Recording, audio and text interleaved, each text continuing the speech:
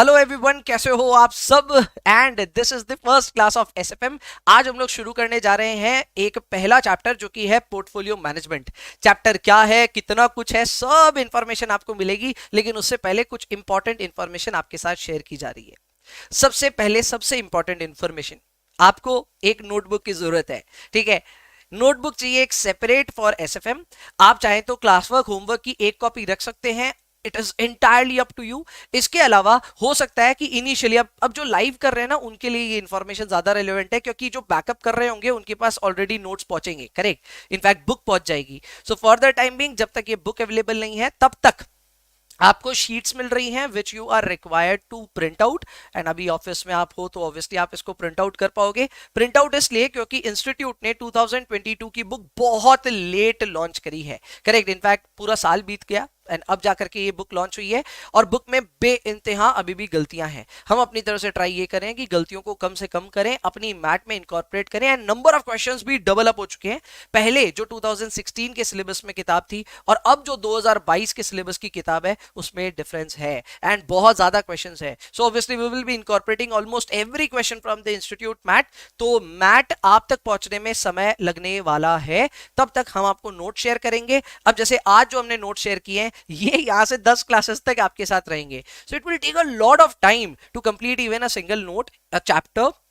और ऐसे कर करके हम लोग थोड़ा सा दिन इंतजार करेंगे जब तक पूरी मैट रेडी नहीं हो जाती। एक बार पूरी मैट रेडी हो जाएगी, then we will be sending you the hard copies, आपके घर पे मिलेंगी। एंड ऑब्वियसली आप उसके बाद अपनी बुक से पढ़ाई कर सकते हैं। But for the time being फिलहाल नोट से काम चलाइए, करेक्ट। और मैं भी फिलहाल नोट से ही काम चला रहा हूं, because the book is not ready. एकदम फ्रैंकली स्पीकिंग, बुक अभी आई है तो इसीलिए बुक अभी रेडी नहीं है। करे तो बुक को रेडी हम लोग कर रहे हैं, एंड बहुत सारी गलतियां हैं, ट्राई ये करेंगे कि अपनी मैट में गलतियां ना हो।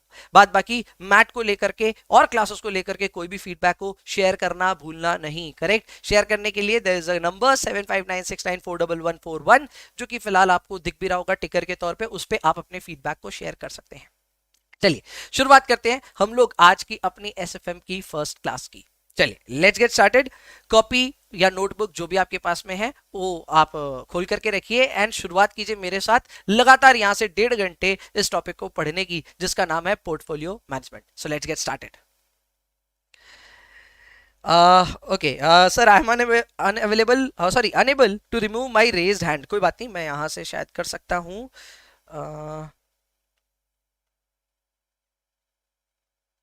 यप, हो गया, परफेक्ट। चलो ठीक है, चलो शुरुआत करते हैं। Let's get started. सबसे पहले अपनी नोटबुक में हेडिंग दीजिए please, portfolio management, which is the chapter that we are taking up for the first time. चलिए शुरुआत करते हैं। कॉपी में हेडिंग देंगे पोर्टफोलियो मैनेजमेंट।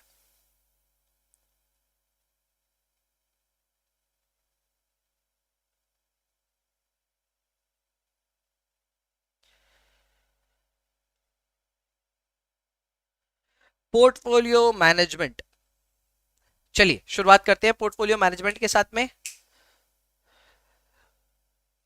पोर्टफोलियो मैनेजमेंट जो है ये एक गजब का टॉपिक है, ठीक है। अब आप बोलेंगे भैया ये बात तो आप सब जगह बोलने वाले हो। हाँ, हर चैप्टर में मैं यही बात बोलूंगा, स्टार्टिंग एकदम ऐसी होगी कि ये गजब का चैप्टर है।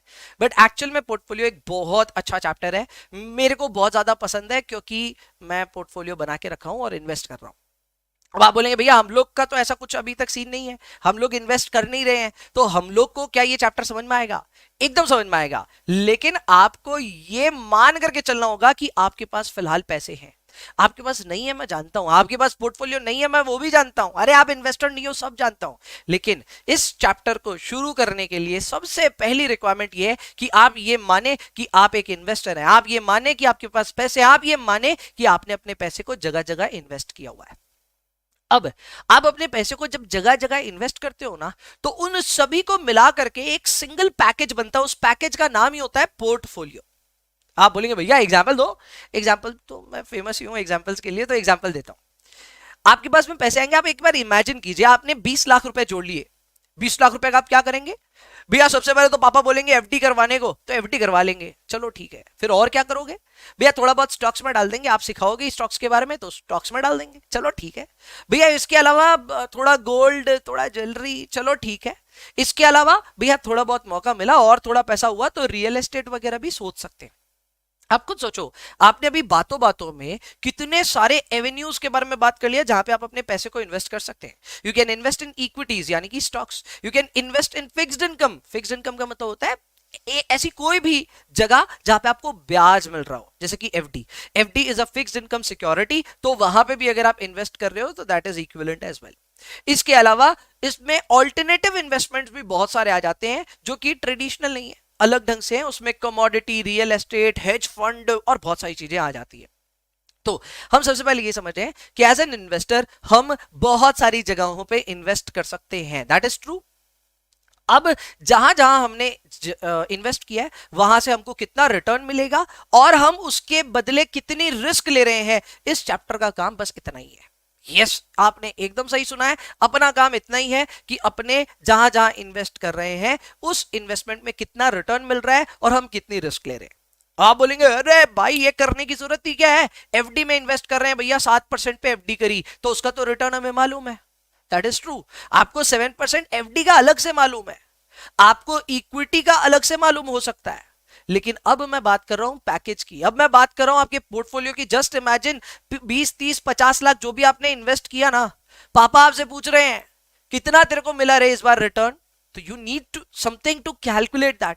आपके पास कुछ होना चाहिए तरीका कि हाँ मैं कैलकुलेट करके बता रहा हूं पापा या बता रही हूं. करेक्ट. तो वो कैलकुलेशन कैसे होगा, whether it becomes portfolio return और पोर्टफोलियो रिस्क, ये जो भी मेजर्स हैं इनको कैलकुलेट करना इस चैप्टर में सीखना होगा. अब आप बोल रहे होंगे अंदर ही अंदर कि ये मजाक कर रहे हैं भैया. क्यों? क्योंकि 66 क्वेश्चंस में इतनी सी बात तो होगी नहीं. There will be a hell lot of other information as well and obviously होगा. बट इस चैप्टर का जो मेन आइडिया है, जो सेंट्रल आइडिया है, वो मैं आपके साथ शेयर कर चुका हूं. लेकिन उस ढंग तक, उस मेजर तक पहुंचने तक there is a lot that we need to study. इसमें सबसे पहले हम जो स्किल डेवलप करेंगे वो स्किल होगी स्टैटिस्टिक्स की. Yes, you have heard it right. Category number 1 अगर आपके पास शीट ऑलरेडी है तो वो है स्टैटिस्टिक्स के बेसिक्स. यहां देखिए अपनी मैट है ये, और इस मैट में आप देख सकते हैं कि अपना यहां पे कैटेगरी नंबर 1 का नाम क्या है. कैटेगरी नंबर 1 है स्टैटिस्टिक्स का बेसिक्स. भैया बेसिक्स में क्या क्या आएगा? स्टैट्स में, बेसिक्स में यहां पे सब कुछ आएगा बच्चा. अपना आएगा मीन, अपना आएगा वेरिएंस, अपना आएगा एसडी, अपना आएगा सीवी एक्सेट्रा, बहुत सारी चीजें आएंगी. यहां पे स्टैट्स के नाम पे आपने जो कुछ 11वीं 12वीं और बीकॉम लेवल पे सीखा होगा ना, वो सारी चीजें घुमा फिरा करके वापस मैं सिखाऊंगा. लेकिन ऑब्वियसली अब थोड़ा अलग अंदाज होगा. मुझे हमेशा ऐसा लगता रहा है कि स्टैट्स के टीचर्स ना इतनी वर्थ इट एफर्ट ही नहीं देते, क्योंकि ऐसा कैसे हो सकता है कि एक बच्चा मीन पढ़ लिया और उसको स्टॉक की रिसर्च करनी नहीं आएगी. यस, मीन में स्टॉक की रिसर्च करने का राज छुपा है, एसडी में स्टॉक की रिसर्च करने का राज छुपा है. अगर आप स्टॉक मार्केट में स्टॉक्स की रिसर्च करना चाहते हैं, मीन, एसडी, ये सब छोटी छोटी चीजों से आप बेहतरीन एनालिसिस कर सकते हैं. ऑब्वियसली मैं इस कोर्स में कवर करूंगा वो सारी चीजें, लेकिन वो सब होगा कैसे, उसके लिए स्टैटिस्टिक्स के बेसिक्स एक बार जानने पड़ेंगे. तो शुरुआत ही कर रहे हैं हम कैटेगरी नंबर 1 के साथ में, विच इज स्टैटिस्टिक्स के बेसिक्स. स्टैट्स में क्या क्या पढ़ना है, आइए उससे शुरुआत करते हैं. चलिए कॉपी में आ जाइए, अभी बुक का काम कम पड़ेगा तो शुरुआत में कॉपी में आइए और लिखिए category number 1 statistics basics. Category 1 statistics basics.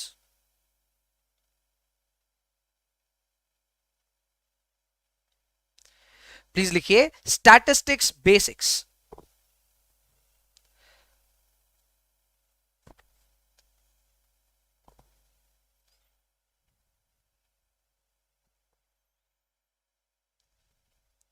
चलो सबसे पहले हम शुरुआत करते हैं यहां पे फर्स्ट ब्रॉड पॉइंट के साथ में, जो होने वाला है मीन.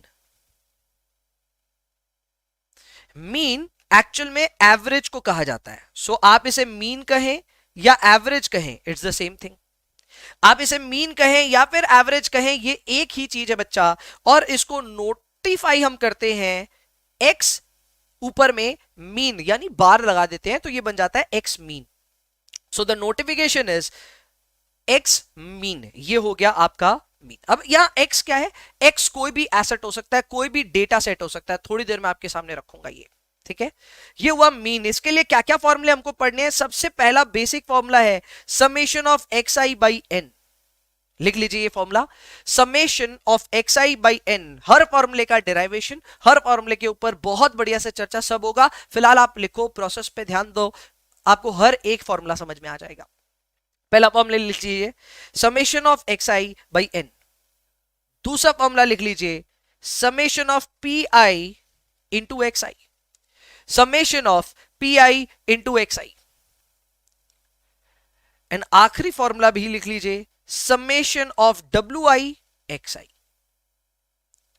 सो मीन के मैंने आपको तीन फॉर्मूले लिखाए हैं, summation of X I by N, और एक फॉर्मूला लिखा है summation of P I into X I, ऐसे ही summation of W I into X I.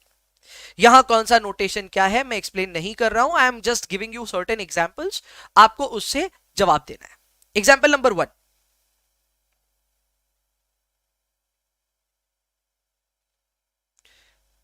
calculate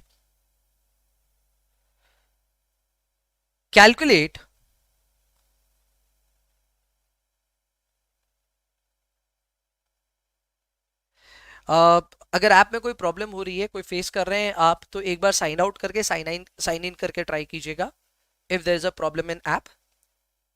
correct, अभी यहां से स्ट्रीमिंग ठीक जा रही है मेरी तरफ से, तो एक बार साइन इन साइन आउट करके चेक कीजिए।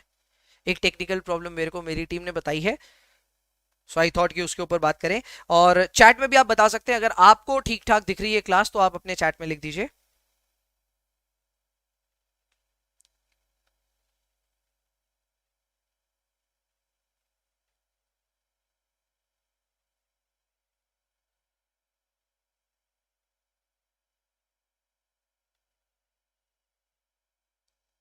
नाइन 990 था ना, 990 नहीं था, चेक करो एक बार, मुझे चैट में बता दीजिए अगर कोई आपको इश्यूज हैं या फिर आपको सब ठीक दिख रहा है, चैट में मुझे प्लीज मेंशन करें। सब सही है सर, ओके ठीक है, okay okay it's all right.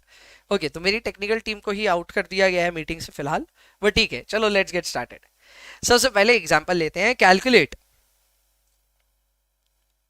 Average of Virat's last 3 innings. अब कई लोग जानते नहीं होंगे विराट कोहली कौन है।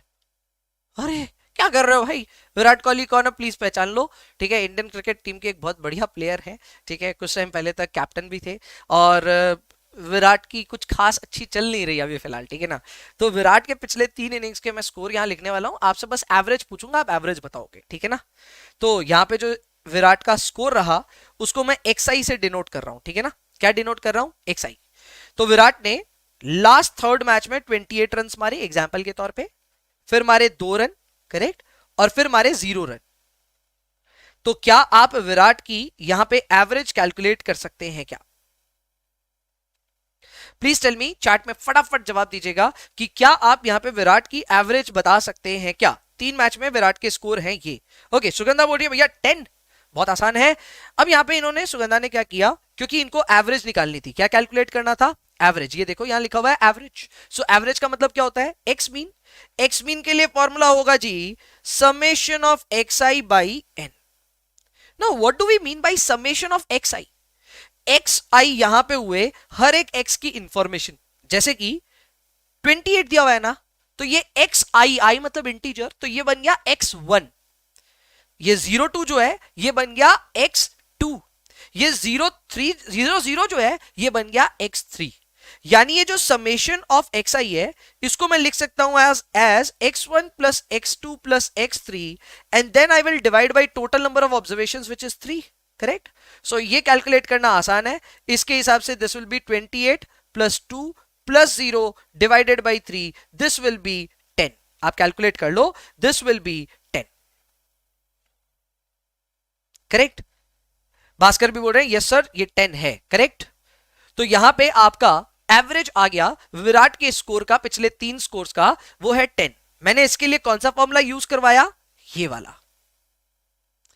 अब आपको ये समझना पड़ेगा कि ये फॉर्मूला हर बार यूज नहीं होगा, ये फॉर्मूला यूज होता है कुछ सेलेक्टेड सर्कमस्टेंसेस में। कैसे, वो थोड़ी देर में आपको समझ में आएगा, लेकिन इस सर्कमस्टेंस में डेफिनेटली हो रहा था तो हमने इसको यूज किया। ठीक है भैया, और कहां दूसरा फॉर्मूला यूज होगा वो भी बताओ, तो आओ और एक एग्जांपल लिखो।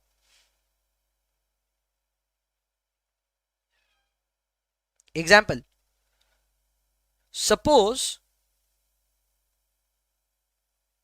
you have 100 lakhs to invest. Suppose you have 100 lakhs to invest.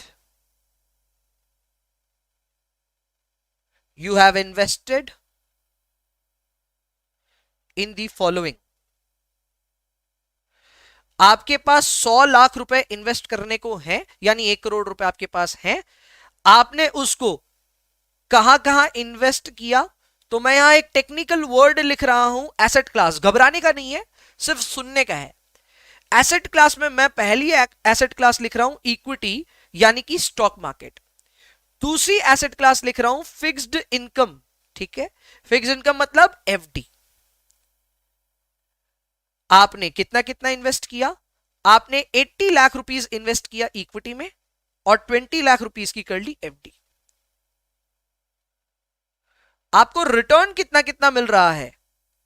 तो एक बार के लिए मान लेते हैं इक्विटी मार्केट में आपको 15% रिटर्न मिल रहा है और एफडी में 6% का रिटर्न मिल रहा है। क्लियर? आपको यहां क्या कैलकुलेट करना है? Calculate average return. अब मेरी बात सुनिए, फिर से वर्ड क्या यूज हुआ? एवरेज। जाहिर सी बात है, मैं चाहता हूं कि आप मीन कैलकुलेट करो। क्या कैलकुलेट करो? मीन। मीन कैलकुलेट करने के लिए यहां पे फॉर्मूला या तो ये यूज होगा या तो ये यूज होगा। सवाल में प्रोबेबिलिटी जो होती है ना, वो देने पे पीआई वाला फॉर्मूला यूज होता है। इस सवाल में फिलहाल प्रोबेबिलिटी नहीं है, पर वेट्स हम कैलकुलेट कर सकते हैं। कैसे? आइए सॉल्यूशन लिखते हैं। अब यहां करेंगे कैसे इसका सॉल्यूशन? बहुत बेसिक है। यहां पे सबसे पहले मैं लिख रहा हूं एसेट क्लास, यहां पे अमाउंट भी लिखूंगा, फिर यहां मैं वेट का कॉलम बनाऊंगा। जो मेरा रिटर्न का कॉलम है उसको मैं एक्स आई बोलूंगा और फिर एक कॉलम बनाऊंगा W I X I. So total column कितने बने? 5। एसेट रुपीज, डब्ल्यू आई यानी weight, return W I X I. Asset class में पहला एसेट क्लास है इक्विटी, दूसरा एसेट क्लास है फिक्स इनकम जिसको मैंने एफ आई लिखा है। आपने इक्विटी में इन्वेस्ट किया 80 लाख, फिक्स इनकम में इन्वेस्ट किया 20 लाख, सब मिलाकर के आपने इन्वेस्ट कितना किया? 100 लाख। अब एकदम अच्छे से बताना, ठीक है? आपने इक्विटी में इन्वेस्ट किया 80 lakh, out of the total available funds 100 lakh. तो आपने कितना प्रतिशत पैसा, यानी कितना percentage of your total investment equities में डाला है? Tell me that percentage. आपके पास 100 लाख थे, 100 लाख में से 80 lakhs you have invested in equities. So how much percentage have you invested in equities? Tell me the percentage. Chat आ रहा फटाक से, बच्चे बोल रहे हैं सर 80%। बहुत बढ़िया, 80% को हम एफएम से भी सीखते हुए आ रहे हैं, एसएफएम में भी यही करेंगे। We will write down in the percentage form. तो 80% को लिखने का तरीका होता है 0.80। ठीक है, तो इक्विटी आपने 80 लाख रुपीस इन्वेस्ट किया तो वो 0.80 हो गया। फिक्स इनकम में आपने 20 लाख इन्वेस्ट किया तो 20 100 का कितना परसेंट? 20%। उसको हम लिखेंगे 0.20। सो यहां पे वेट आ गया 0.80 एंड 0.20। जाहिर सी बात है वेट का टोटल 1 आना चाहिए। अगर 1 नहीं आ रहा है आपने गलती करी है। रिटर्न 15% है, 6% है। अब हमें करना क्या है? हमें वेट और रिटर्न को आपस में मल्टीप्लाई करना है, यानी 15 को इंटू 0.8 करेंगे, रिजल्ट आ रहा है 12%, और 6 को इंटू 0.2 करेंगे, रिजल्ट आएगा 1.2%। दोनों को जोड़ा, जो आ रहा है उसे हम कहेंगे summation of W I X I. कैसे? आपने जो कॉलम बनाया वो कॉलम क्या है? W I into X I. ये देखो, ये था डब्ल्यू आई, ये था एक्स आई, मल्टीप्लाई करके यहां लिखा ना। वैसे ही W I X I multiply करके यहां लिखा ना। तो जब मल्टीप्लाई करके लिखा है तो लास्ट में आप क्या कर रहे हो? इसका टोटल। और जब आप इसका टोटल कर रहे हो तो रिजल्ट आ रहा है 13.2%। ये यहां पे आपने समेशन किया किसका? डब्ल्यू आई एक्स आई का। तो इसी समेशन को हम कहते हैं mean. Therefore average return is equal to, यहां पे हम लिखेंगे therefore average return of portfolio, ये पूरा पोर्टफोलियो था आपका, is equal to 13.2%. Average return of the portfolio is 13.2%. एक बार गौर कीजिएगा प्लीज, आप इस फॉर्मूले को अच्छे से गौर कर लो. आपने इसी फॉर्मूले को पूरे अच्छी तरह यूज किया. आपने सबसे पहले कैलकुलेट किया WI, आपके पास XI की इंफॉर्मेशन थी, दोनों को आपस में मल्टीप्लाई किया तो वो बना WIXI. फिर WIXI का जो टोटल है वो आपने लिया मीन के तौर पे, इसी को तो हम मीन कह रहे हैं ना. सो एक्स मीन का फॉर्मूला क्या हो जाएगा, WIXI. 13.2% तक सब पहुंच गए होंगे मेरे ख्याल से. बच्चे लोग मुझे बताएं 13.2% आपका रिजल्ट आया. थम्स अप भी दिखा सकते हैं, there is an option, thumbs up वगैरह दिखा पाएंगे. यस बोल रहे हैं बच्चे चैट में. चलो परफेक्ट. भैया ये आप बच गया, ये वाला भी करवा दो. एकदम करवाऊंगा. आइए एक और एग्जांपल लिखते हैं. Write down the third example.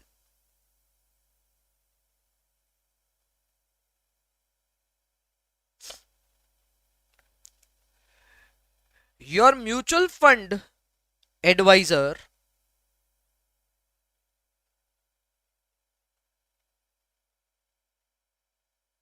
gave you expected return potential on your investments.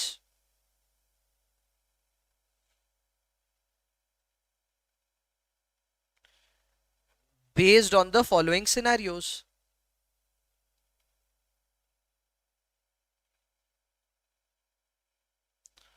अब देखो हमको ना समझदार भी बनना है. हम अब फाइनल लेवल पे आ चुके हैं, समझदारी भी हमको जरूरी है. तो यहां पे देखो समझदारी क्या चीज में है. समझदारी इस बात में है कि म्यूचुअल फंड एडवाइजर तो बोलेंगे, उनका काम ही क्या है बोलना. आपका काम है उनकी बातों में नहीं आना. एग्जाम्पल दे रहा हूं. म्यूचुअल फंड वाला आकर के अगर आपको बोले सर इन्वेस्ट कर दो, शॉर्ट 40% आएगा रिटर्न. जैसे वो ये बात बोले उसको दरवाजा दिखा देना, बोले जाओ भाई घर जाओ, अपने घर जाओ, हमारे घर से निकलो. क्यों भैया ऐसा क्यों? क्योंकि यार म्यूचुअल फंड इन्वेस्ट जहां करते हैं वो आमतौर पे रिस्की इन्वेस्टमेंट्स होते हैं, आमतौर पे स्टॉक्स में इन्वेस्ट करते हैं. कई ऐसे डेट प्लान भी होते हैं लेकिन आमतौर पे स्टॉक्स में इन्वेस्ट करते हैं. अगर तो स्टॉक्स में किसने कहा कि कुछ गारंटी दी जा सकती है? There can not be any guarantee given. And जहां गारंटी नहीं है वहां पे एडवाइजर कैसे बोल देगा कि भाई कुछ गारंटी है? स्टॉक मार्केट की दुनिया में गारंटी वर्ड यूज करना is a very very bad thing. अगर आप किसी से भी सुनते हैं कि गारंटी दे रहा है तो गलत दे रहा है. हाँ लेकिन अच्छा एडवाइजर कैसे आपको समझाएगा पता है? वो आपको बोलेगा कि सर सिनेरियो जो है ना वो हो सकता है गुड या फिर बैड. वो बोलेगा सर दो तरह के सिनेरियो हो सकते हैं, अच्छे दिन बुरे दिन. ठीक है, वो साथ में आपको उसकी प्रोबेबिलिटी भी बताएगा. वो बोलेगा कि सर इंडिया जो ग्रोथ स्टोरी में है ना फिलहाल, देयर इज 70% प्रोबेबिलिटी. अब मैं 70% को भी देखो डेसिमल्स में लिखा हूं. 70% इज इक्विवेलेंट टू 0.70. तो यहां पे आपका एडवाइजर खुद बोल रहा है कि sir there is a 70% probability कि इंडिया अच्छे दिनों में रहेगा, इंडिया की इकोनॉमी अच्छा करेगी, स्टॉक मार्केट भी अच्छा करेगा. चलो मान लिया उसकी बात. उसने बोला सर 30% प्रोबेबिलिटी है कि इंडिया खराब करेगा, इंडिया अच्छा नहीं करेगा. आपने उस भी बात को मान लिया. उसने बोला कि सर रिटर्न जो आपको मिलेगा अगर इंडिया अच्छा किया तो मान के चलो 20% का आपको सालाना रिटर्न मिलेगा. आपने पूछा बुरा किया तो? बोला सर बुरा किया तो आप मान के चलो कि आपको 10% का लॉस भी हो सकता है. यू कैन ऑल्सो इनकर अ लॉस ऑफ 10%. बढ़िया एडवाइजर है, लॉस की बात कर रहा है. अगर लॉस की बात कर रहा है तो एडवाइजर में दम तो है. आपको वो बोल रहा है कि सर आप फिर भी आंख बंद करके इन्वेस्ट कर लो, ज्यादा प्रोबेबिलिटी यही है कि आपको 20% ही मिलेगा. आपके माइंड में ये आना चाहिए कि काहे को 20% मैं गिनूं, जब मेरे को यहां पे प्रोबेबिलिटी पता है, मेरे को उसके बगल में उसका रिटर्न पता है, so I can go on to calculate the average return ना. वही सवाल में पूछा गया है, कैलकुलेट. बस यहां पे एवरेज की जगह मैं वर्ड क्या यूज कर रहा हूं पता है? Expected return.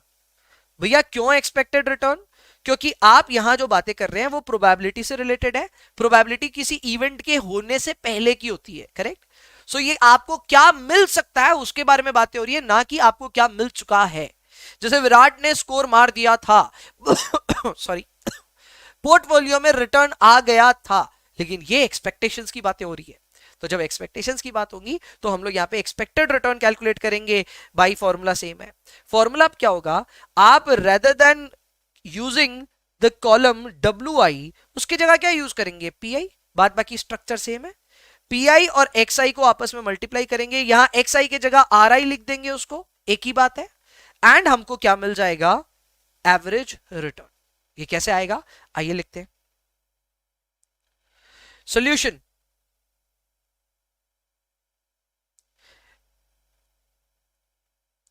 लिखिए एवरेज रिटर्न, यही एक्सपेक्टेड रिटर्न भी होता है। This is equal to summation of PI XI। तो इसके हिसाब से हमारे पास सिनेरियो क्या है, गुड बैड। इसकी प्रोबेबिलिटी क्या है, प्रोबेबिलिटी को हम लिख रहे हैं PI, ठीक है, 0.70, 0.30। अब यहां जो रिटर्न है, अगर आप रिटर्न को RI लिखते हैं तो भी चलेगा, आप मेरी तरह XI लिखना चाहते हैं तो भी चलेगा, कोई मुश्किल नहीं है।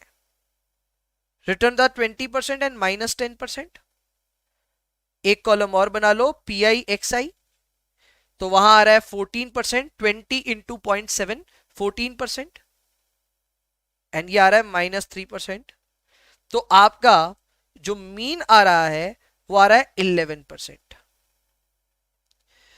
यानी म्यूचुअल फंड के एडवाइजर की बातों में मत आ जाना, वो बोलेगा सर ज्यादा प्रोबेबिलिटी तो 20 का है।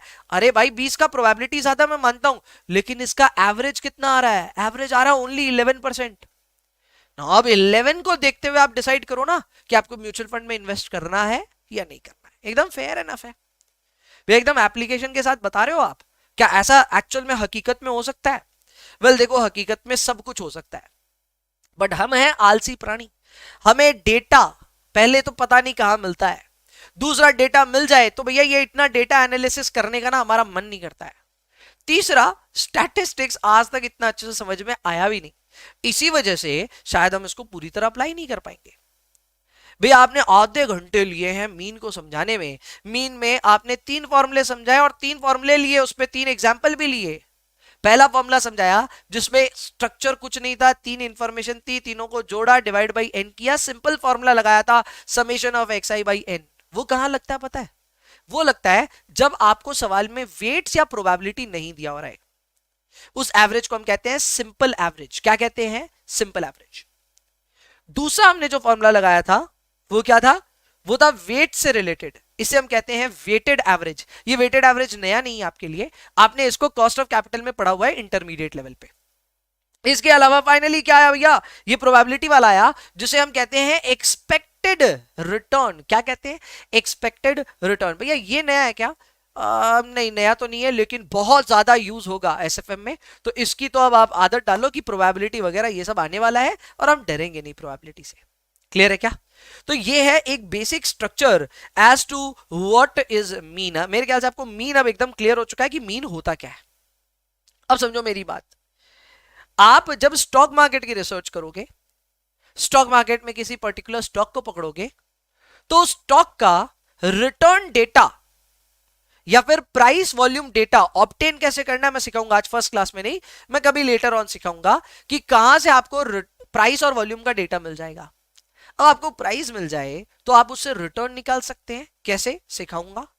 और रिटर्न निकल जाए तो उसके बाद मीन वगैरह कैलकुलेट कर सकते हैं आप।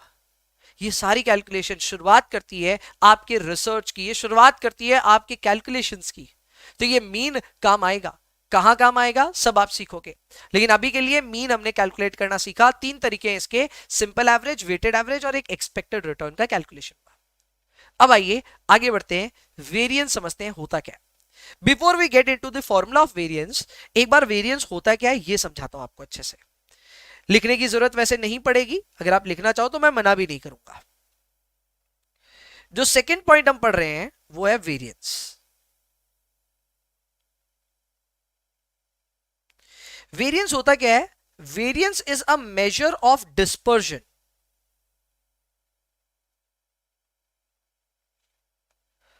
Around central tendency. भैया ये तो आपने टेक्स्ट बुक वाली बातें लिख दी, इसका मतलब क्या है समझाओ। इसका मतलब ये है कि एग्जाम्पल मैं दे रहा हूं, मान लो रोहित शर्मा का एग्जाम्पल दे रहा हूं।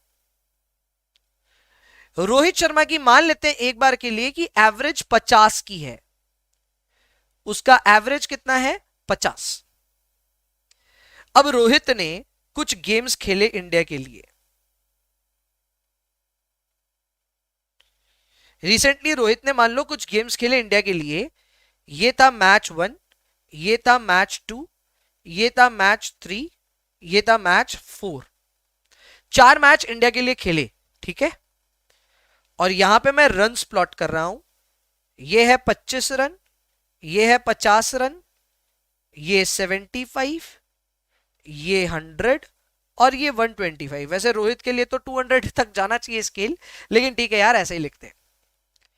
मुझे एकदम सच्ची सच्ची ये बताओ कि अगर आपको रोहित की एवरेज पता है कि रोहित औसतन मतलब एवरेज में 50 रन मारता है, 50 रन मारता है हर मैच में, तो क्या आपको ऐसा लगता है कि मैच 1 में भी वो 50 ही मारेगा, मैच 2 में भी वो 50 मारेगा, मैच 3 में भी वो 50 मारेगा और मैच 4 में भी वो 50 ही मारेगा? क्योंकि भैया उसकी एवरेज है ना, ये देखो ये है इसकी एवरेज।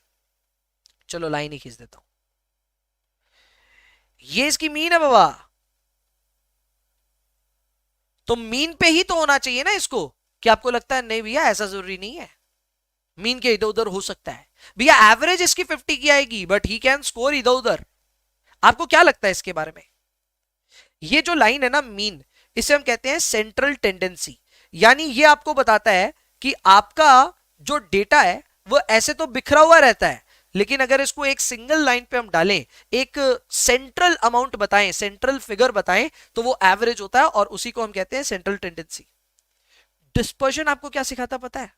डिस्पर्जन आपको यह सिखाता है कि जरूरी नहीं है कि जहां मीन हो वहीं पे आपका एक्चुअल डेटा हो सकता है मैच 1 में रोहित ने 100 रन मार दिए, मैच 2 में रोहित सिर्फ 25 रन पे आउट हो गया, मैच 3 में रोहित ने 75 मार दिए, मैच 4 में रोहित ने 40 रन मारे। दैट कैन हैपन, ये एकदम पॉसिबल है भैया।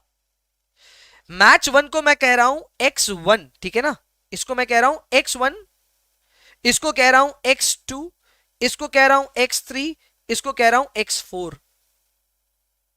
रोहित को देखो, हम सोचे कि वो 50 की एवरेज से मारेगा, उसने कितने मार दिए 100 रन, बहुत बढ़िया। रोहित को हमने सोचा 50 रन मारेगा, उसने कितने मारे सिर्फ 25 रन, शॉर्ट रह गया वो। अगले मैच में उसने 75 मारे, 25 एक्स्ट्रा मारे, करेक्ट, 25 एक्स्ट्रा रन्स मारे, और आखिरी मैच में 40 मारे तो उसमें 10 रन्स शॉर्ट रह गए। यहां पे आप एक चीज नोटिस करो कि आपका जो एक्चुअल डेटा है, एक्चुअल डेटा होता है एक्स आई, वो एक्स आई एक्स मीन पे हर बार फॉल नहीं करता, इनफैक्ट अधिकतर टाइम्स करेगा ही नहीं। हर एक्स आई क्या एक्स मीन जितना होगा? नहीं, हर बार अलग अलग वैल्यू होगी भैया। तो अब अलग अलग जब वैल्यू होती है ना, तो हमको दुख दुख लगता है। दुख दुख क्यों लगता है? क्योंकि भैया फिर रोहित का कोई ठिकाना नहीं है। रोहित का एवरेज देख करके आप प्रेडिक्ट ही नहीं कर सकते। आप खुद सोचो, सट्टा लगाना है रोहित पे, एक बार एकदम देसी बात करते हैं, रोहित पे सट्टा लगाना है, पर रोहित का कोई भरोसा नहीं है। उसका एवरेज 50 दिखता है, मारता तो 200 मार देता है, नहीं तो 0 पे भी आउट हो जाता है। ऐसे आदमी पे सट्टा खेलोगे क्या आप? या फिर ऐसे प्लेयर पे खेलना चाहोगे सट्टा जो अपनी एवरेज के आसपास रहता है? मैं एक एग्जांपल समझा देता हूं। एक बार मान लेते हैं कि विराट की भी एवरेज 50 ही है, लेकिन विराट का जो स्कोर्स है वो मीन के ज्यादा करीब रहता है ओवरऑल। तो किसका स्कोर अपनी एवरेज के ज्यादा आसपास है? भैया विराट का स्कोर अपनी एवरेज के ज्यादा आसपास है, यानी उसमें डिस्पर्जन कम है। क्या है? डिस्पर्जन कम है। ऐसे में रोहित ज्यादा रिलायबल प्लेयर होगा या विराट? सोच समझ के बताइएगा। रोहित ज्यादा रिलायबल हो जाएगा कि विराट? विराट हो जाएगा भैया, विराट ज्यादा रिलायबल हो जाएगा क्योंकि उसका डेटा कम डिस्पर्स्ड है, मीन से ज्यादा दूर नहीं है, मीन के करीब करीब है। जब मीन के करीब होगा तो उस प्लेयर पे बेट करना आसान होगा। मैं और एक एग्जांपल देता हूं, ये एग्जांपल अब आपके दिमाग में ना थोड़े बहुत आइडियाज प्लांट करना शुरू करेगा। सपोज करो मैं आपको इंफॉर्मेशन दे रहा हूं ईयर की, स्टॉक ए की, स्टॉक बी की। ईयर 2000, चलो ईयर 1 2 ले लेते हैं, 1 2 3 4 5। मैं आपको 5 साल की इंफॉर्मेशन दे रहा हूं। स्टॉक ए ने 20% रिटर्न दिया फर्स्ट ईयर में, सेकेंड ईयर भी 20%, थर्ड भी 20, फोर्थ भी 20, फिफ्थ भी 20। मुझे पता है यह असंभव है, लेकिन फिर भी एक बार मान लेते हैं कि यह स्टॉक 20% लगातार दिया हर साल। स्टॉक बी ने फर्स्ट ईयर दिया 40%, सेकेंड ईयर दिया -10%, फिर 30%, फिर 20% और फिर 20%। दोनों का अगर आप एवरेज निकालेंगे तो फॉर्मूला क्या लगाएंगे, summation of X I by N, correct, दोनों के केस में। तो यहां पे इसकी एवरेज कितनी आ रही है, इसकी एवरेज 20 ही आएगी। 20 प्लस 20 प्लस 20 प्लस 20 सब मिला के 100 हुआ, 100 divided by 5, so 100 divided by 5, how much do you get, 20।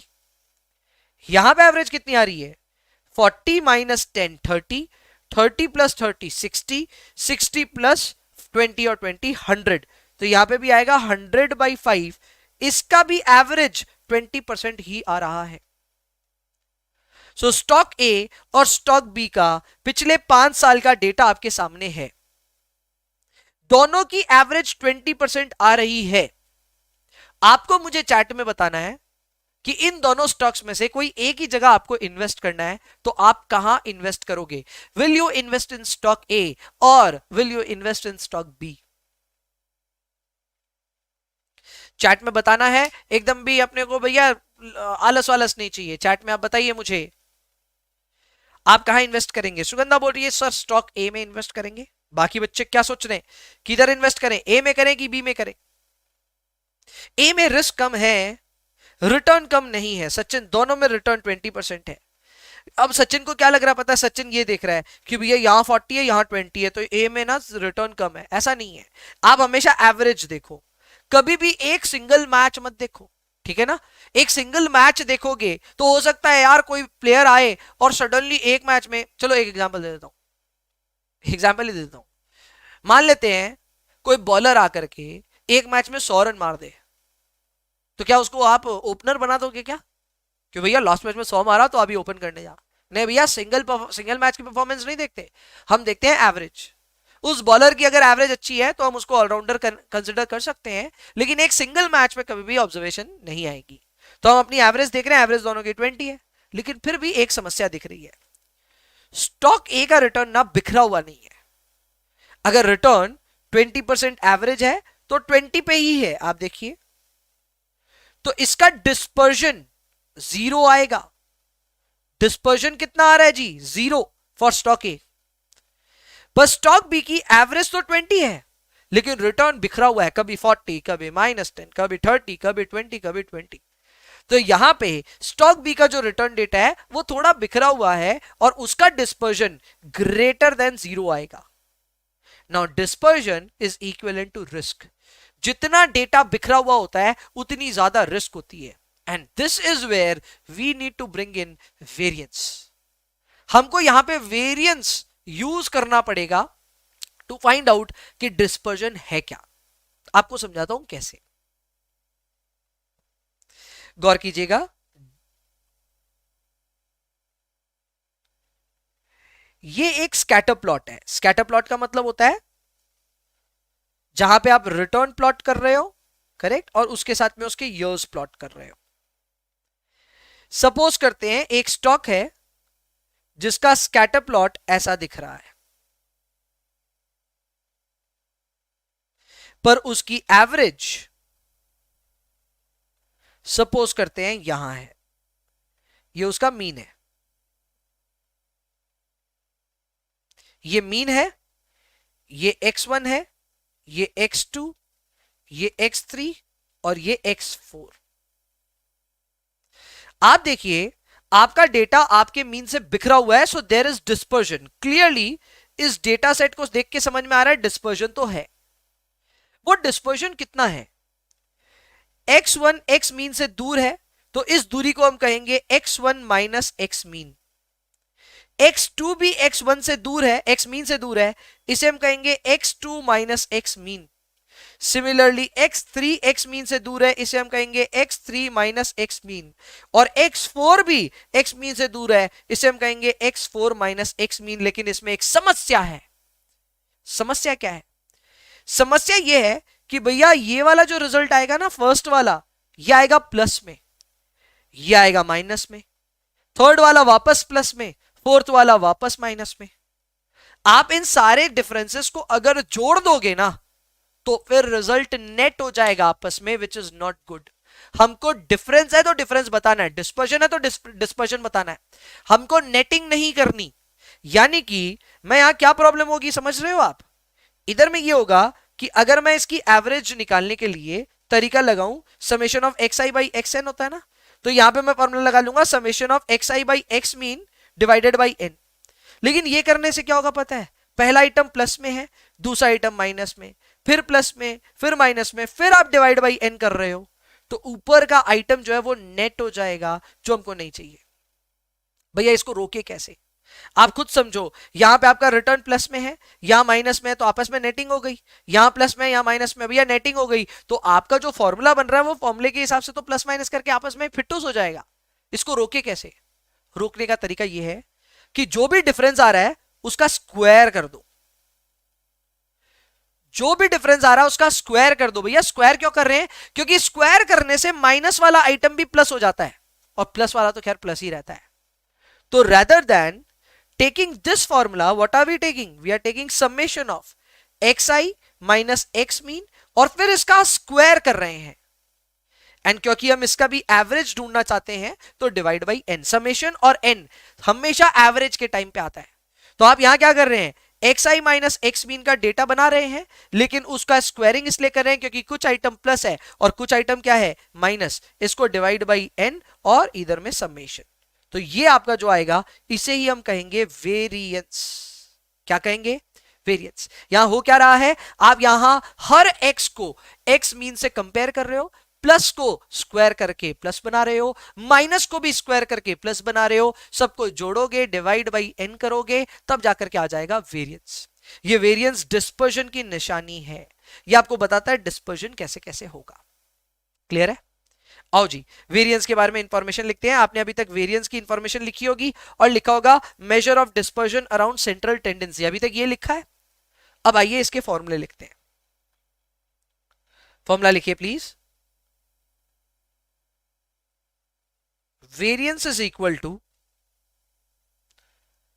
Summation of xi minus x mean का whole square divided by n। आप में से कई हैं जिनको ये फॉर्मूला पहले से देखा हुआ है। भैया ये तो पढ़ा हुआ है, स्कूल में पढ़ा हुआ है। एग्जैक्टली पढ़ा हुआ तो है, पर क्या आपको ये पता था कि ये स्क्वायरिंग क्यों हो रही है?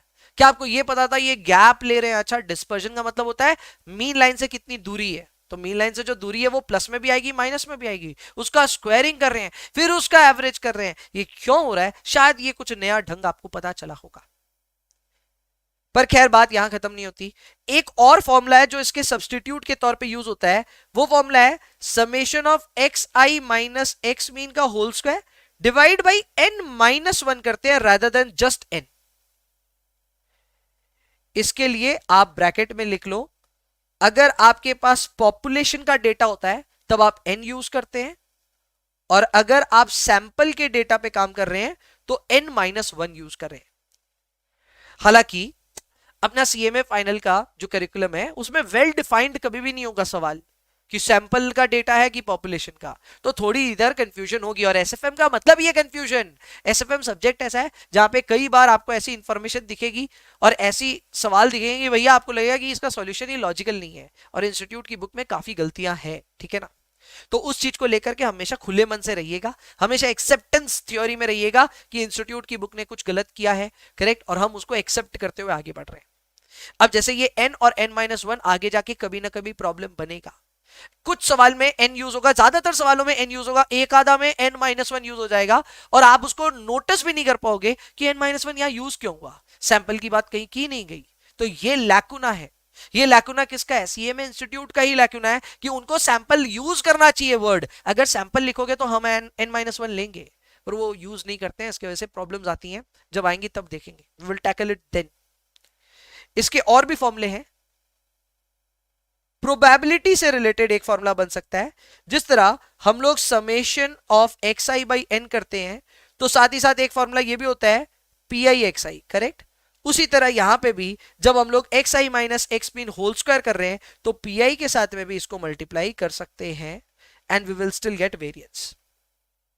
तो वेरिएंस के मैंने आपको टोटल 3 फॉर्मूले सिखाए हैं। पहला फॉर्मूला हो गया summation of X I minus X mean whole square divided by N, दूसरे में n-1, और तीसरा है प्रोबेबिलिटी होते हुए ये इंफॉर्मेशन कैसे यूज होगी उसकी जानकारी। So this is summation of P I bracket के अंदर X I minus X mean whole square. ये है आपके लिए वेरिएंस। लिख लीजिए यहां तक।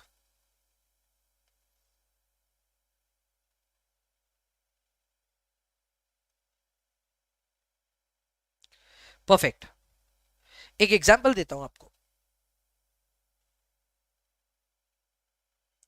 एक छोटा सा एग्जांपल बनाते हैं। Calculate variance from the following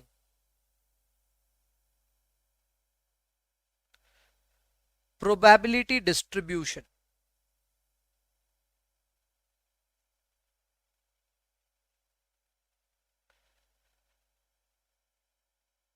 पहला कॉलम प्रोबेबिलिटी का, दूसरा कॉलम एक्स आई का। प्रोबेबिलिटी है 0.60, 0.40, ये है 10 एंड 15, करेक्ट। 10 और 15। हमको इसको जब सॉल्व करना है तो हम कैसे करेंगे? कॉलम्स क्या क्या बनेंगे? पहला कॉलम प्रोबेबिलिटी का पी आई 0.60, 0.40, दूसरा कॉलम एक्स आई 10, 15, ये दोनों उतारने का काम हुआ अभी तक। अब एक कॉलम बनाएंगे P I X I, which will be दोनों का मल्टीप्लीकेशन।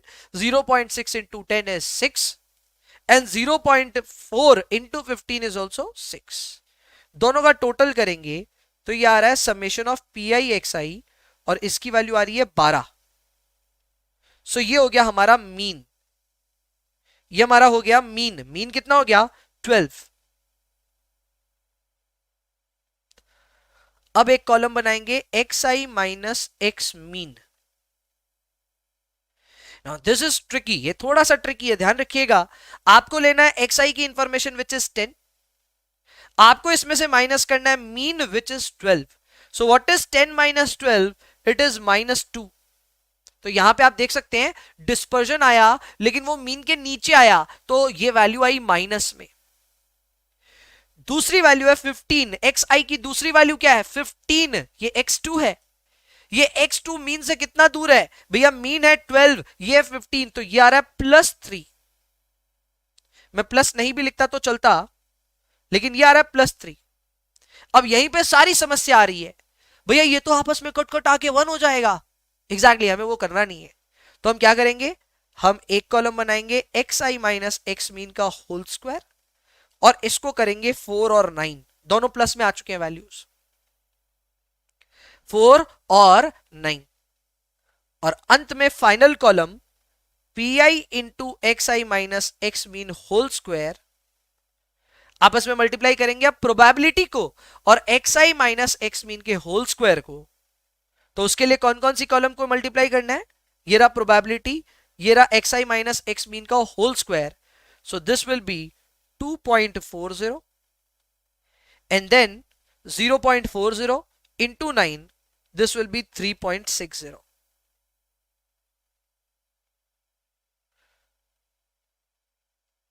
तो ये आ गया आपका summation of P I bracket में X I minus X mean whole square, यानी कि ये है आपका variance. Variance is equal to 6। You have your full screen view here. Variance आया 6।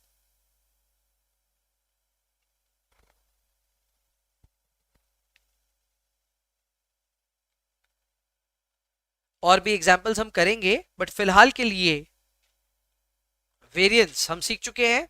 Variance is equal to 6।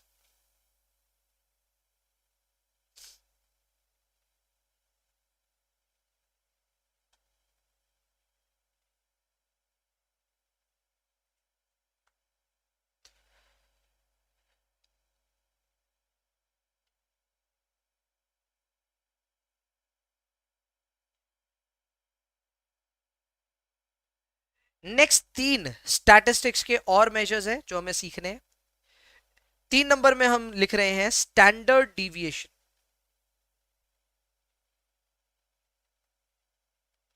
Standard deviation को SDB कहते हैं, इसको सिग्मा से भी डिनोट करते हैं। वैसे वेरिएंस को हम सिग्मा स्क्वायर भी बोल सकते हैं, ठीक है। So sigma square is variance and SD को हम बोलते हैं सिग्मा, ओनली सिग्मा। जाहिर सी बात है इसका फॉर्मूला होगा अंडर रूट ऑफ वेरिएंस। तो आपने जो वेरिएंस के फॉर्मूले पढ़े हैं वो सारे फॉर्मूले पे ये लागू हो जाएगा। Summation of xi minus X mean whole square divided by n under root of summation xi minus X mean whole square divided by n minus 1।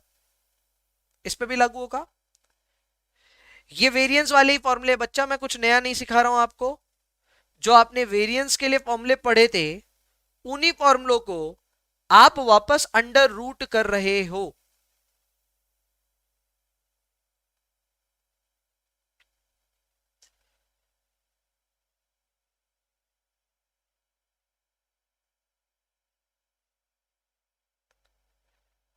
अब आपको मैं बताता हूं इस फॉर्मूले के पीछे का लॉजिक। भैया अंडर रूट क्यों करें, समझाएंगे। अंडर रूट इसलिए कर रहे हैं क्योंकि इससे पहले स्क्वायरिंग खामखा की थी। अरे आप देखो तो सही, you will feel it through this example. Example में देखो, हमको एक्स आई और एक्स मीन का गैप चाहिए था। डिस्पर्शन का मतलब क्या होता है, मीन से कितनी दूरी है। तो दूरी एक बार माइनस आई एक प्लस आई चल रहा था हम लोग को। खामखा इसको स्क्वायर किया कि नहीं किया आपने। -2 को आपने 4 बनाया, स्क्वायरिंग की ना।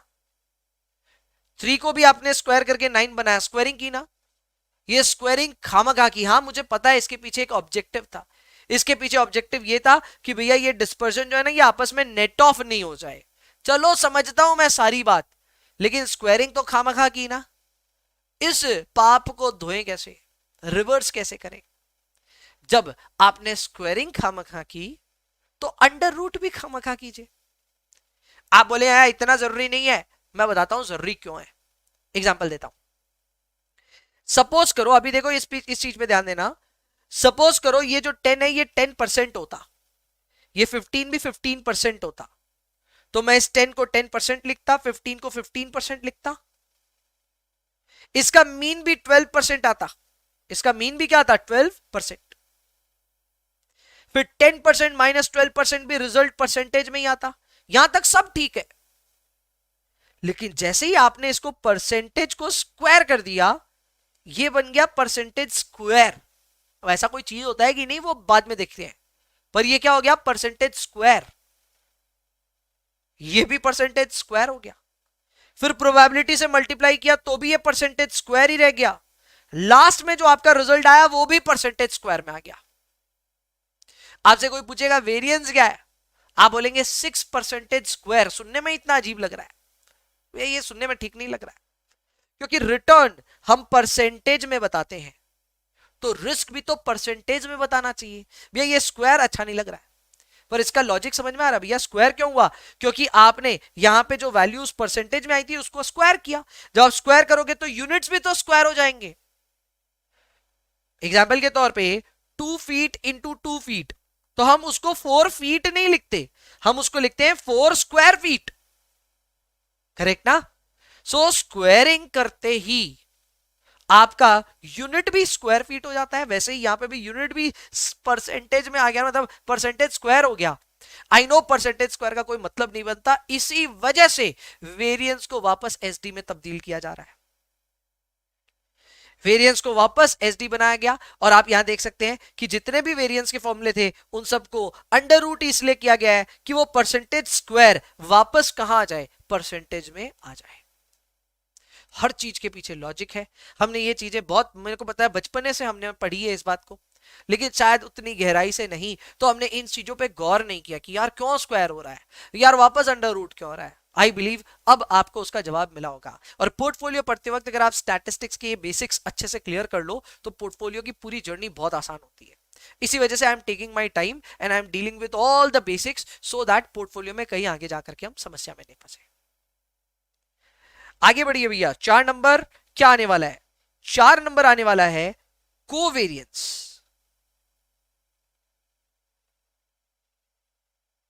Next up is covariance. Covariance के आप सबस्क्रिप्ट में लिखोगे एक्स वाई, इसका मतलब ये कोवेरियंस एक्स और वाई के बीच का है। अब ये क्या होता है समझाता हूं मैं आपको। कोवेरियंस जो होता है उसमें वेरियंस वर्ड तो हमको पता है पहले से भैया। वेरियंस क्या होता है, वेरियंस होता है खुद का खुद से दूरी, करेक्ट। जैसे कि आप फॉर्मूला क्या लगाते हैं, जब वेरियंस का फॉर्मूला लगाते हैं तो फॉर्मूला होता है X I minus X mean, you do it squaring and then you divide by N, और यहां पे समेशन करते हो। यही तो आप काम करते हो ना वेरियंस के लिए। लेकिन वेरियंस कैलकुलेट करते वक्त आपके पास सिर्फ एक ही डेटा सेट होता है जो होता है एक्स आई। अब आपके पास एक नहीं बल्कि दो दो डेटा सेट होंगे, आपके पास एक्स आई भी होगा, आपके पास वाई आई भी होगा, यानी एक्स की भी इंफॉर्मेशन होगी, वाई की भी इंफॉर्मेशन होगी। भैया कैसे हो सकता है ये, एकदम इजी है। मैं आपको स्टॉक ए दे रहा हूं, साथ में स्टॉक बी दे रहा हूं। इसका एग्जांपल दिखाया था ना आपको, देखो ये वाला एग्जांपल जो मैंने आपको दिखाया, स्टॉक ए स्टॉक बी। इसमें स्टॉक ए पहला डेटा सेट है, ये एक्स आई है, जो दूसरा डेटा सेट है वो वाई आई है। तो ये आया एक्स मीन, तो ये आया वाई मीन। तो दो डेटा सेट पे तो काम हो सकता है एकदम। जब दो डेटा सेट पे काम होता है तो हम वेरिएंस नहीं देखते हैं, covariance.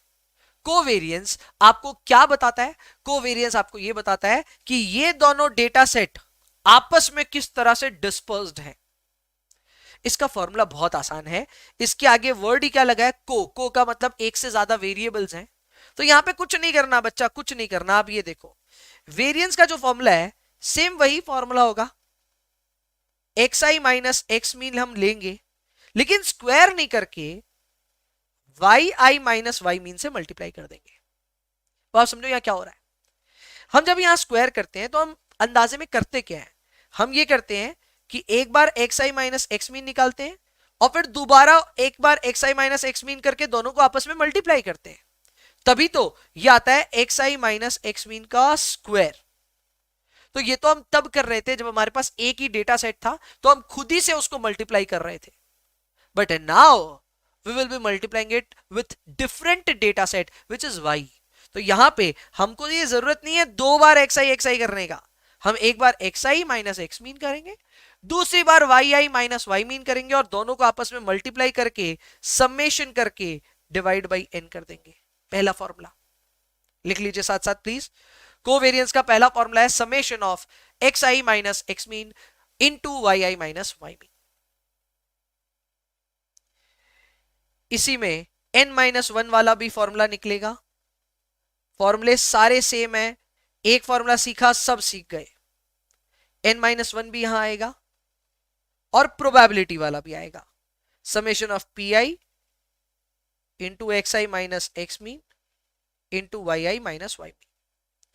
All the formulas are simple straightforward, एक जैसे से हैं। जैसे मीन का स्ट्रक्चर था वैसा ही वेरिएंस का स्ट्रक्चर था, वेरिएंस के साथ एसडी भी सेम वैसा ही, और अभी कोवेरियंस भी वैसा ही।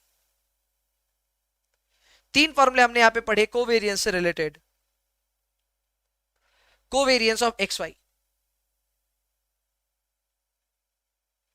प्रॉब्लम फिर से है, प्रॉब्लम फिर से यह है कि जब आप वापस कोवेरियंस ले रहे हैं तो ये है तो वेरिएंस ही, चलो दो डेटा सेट पे कैलकुलेट किया है तो वेरिएंस, तो भैया रिजल्ट तो इसका भी परसेंटेज स्क्वायर में आने वाला है, जो कि सुनने में बड़ा खराब लगेगा।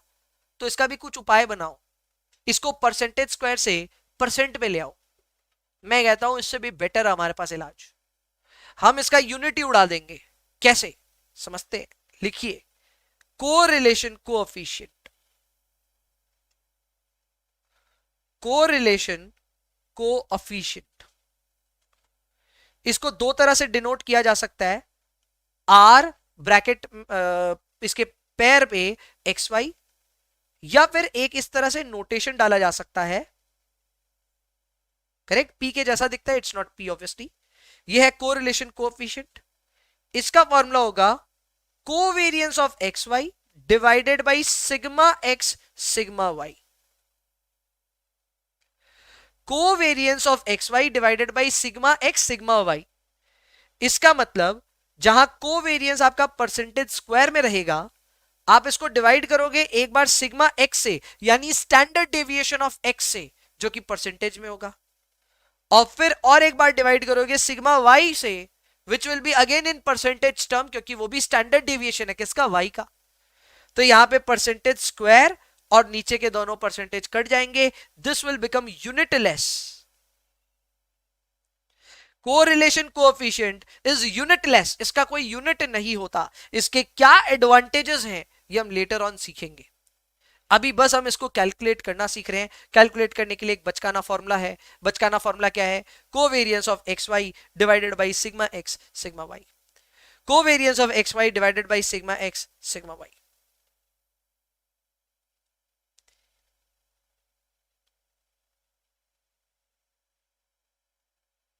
बीटा का फॉर्मूला भी पढ़ लेते हैं।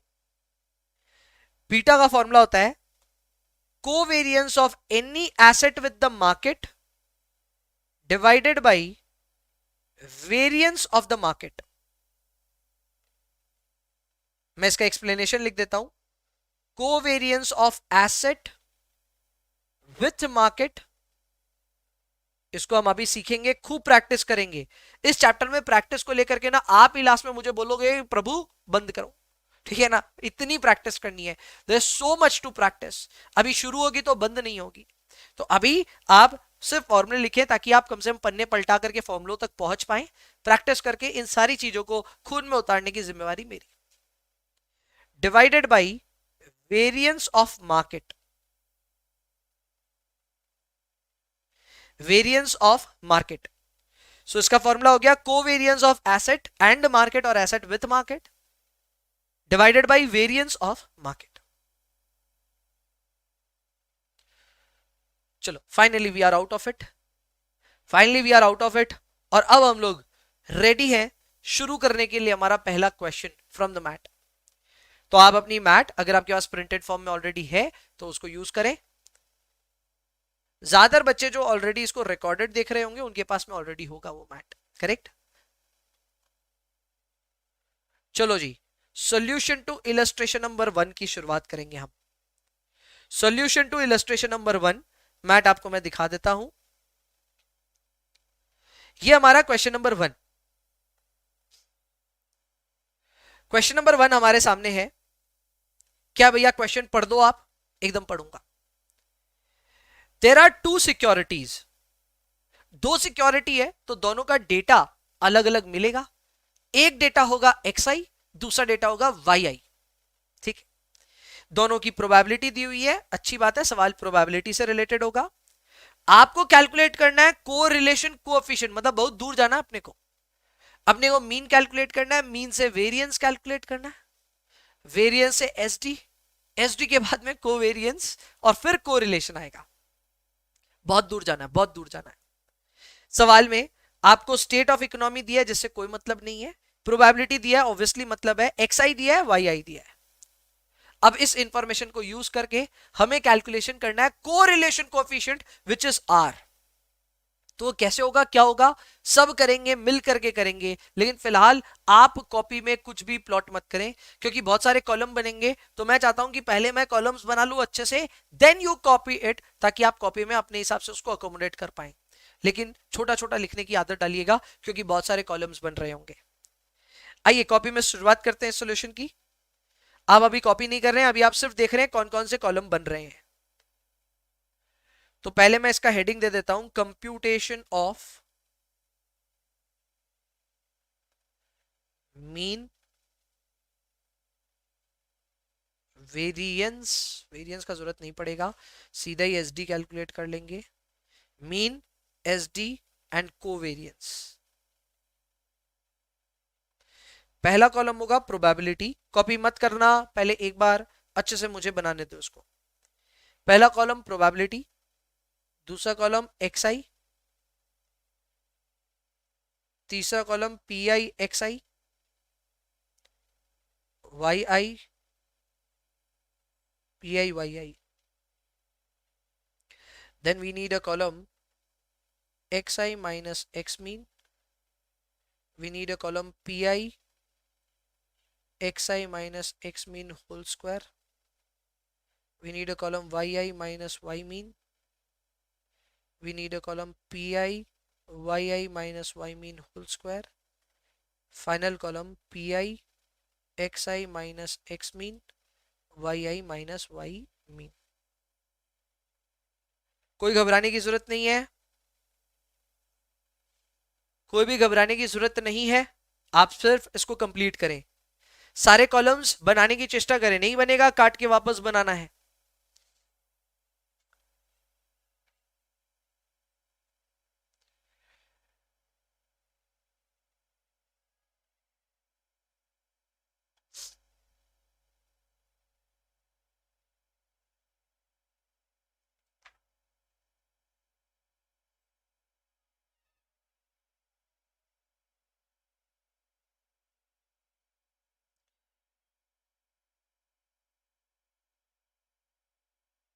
प्लीज कॉपी दिस, तब तक मैं बाकी इंफॉर्मेशन इसमें पुट करता हूं जो सवाल में ऑलरेडी दी हुई है। प्रोबेबिलिटी 0.2, 0.3, 0.1, 0.25, 0.15।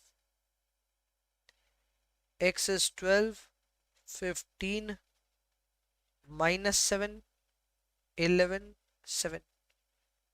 y is 15, 12, 15, -4, 6। कॉपी कर लीजिए प्लीज। टोटल कॉलम्स बन रहे हैं 1 2 3 4 5 6 7 8 9 10। 10 कॉलम्स हैं।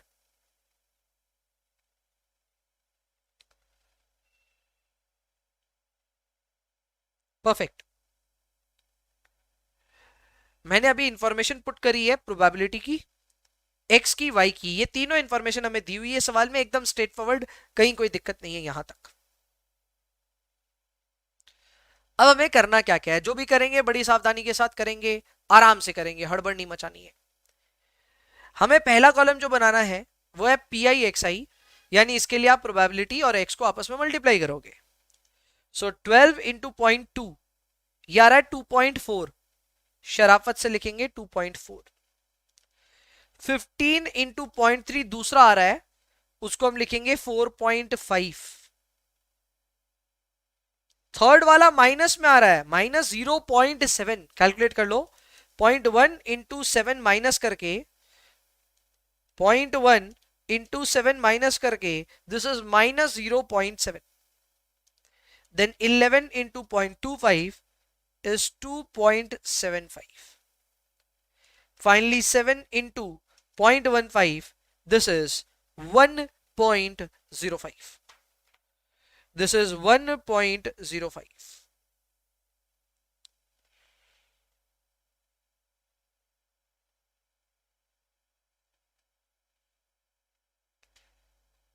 यहां पे x मीन आ रहा होगा, x mean will be in the next column.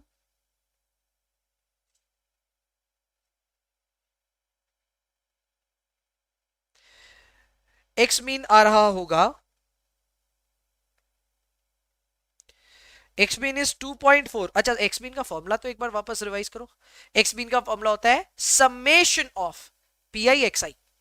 तो पी आई एक्स आई का कॉलम बन चुका है, उसको टोटल कर दो, समेशन हो जाएगा। सो 2.4 plus 4.5 minus 0.7 plus 2.75 plus 1.05, this is 10। मस्त वैल्यू आया 10।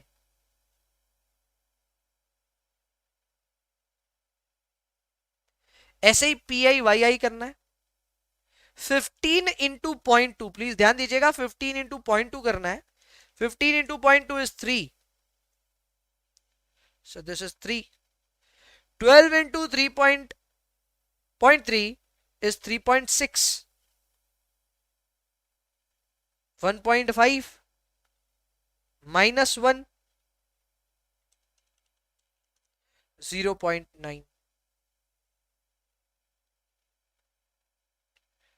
ये आएगा y mean 3 plus 3.6 plus 1.5 minus 1 plus 0.9, ये आ रहा है 8। Good numbers. नेक्स्ट आ रहा है 8।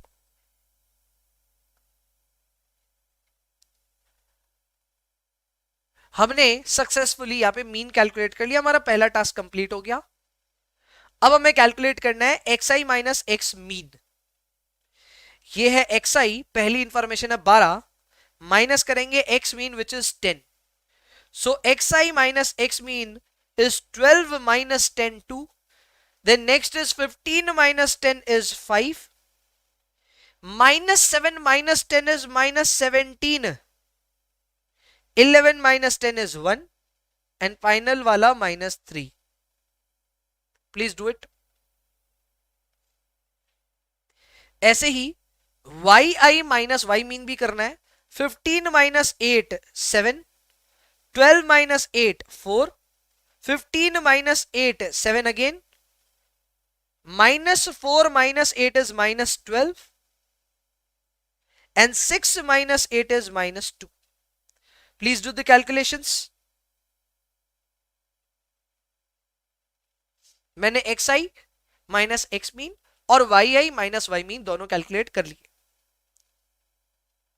अब क्या करना है भैया, ध्यान दीजिएगा, x I minus X mean के कॉलम को स्क्वायर भी करना है और उसमें प्रोबेबिलिटी भी मल्टीप्लाई करनी है, दोनों काम करना है। ये एफर्ट लगेगा करते हैं यार, कोई मुश्किल नहीं है। 2 का स्क्वायर होता है, कैलकुलेटर पे कीजिए, 2 मल्टीप्लाई एक बार इक्वल टू एक बार, स्क्वायर हो चुका है वो। सो 2 का स्क्वायर होता है 4, 4 इंटू 0.2 इज 0.80। सिमिलरली 5 इंटू एक बार इक्वल टू 25 आ गया, 5 का square is 25, 25 into 0.3 is 7.50।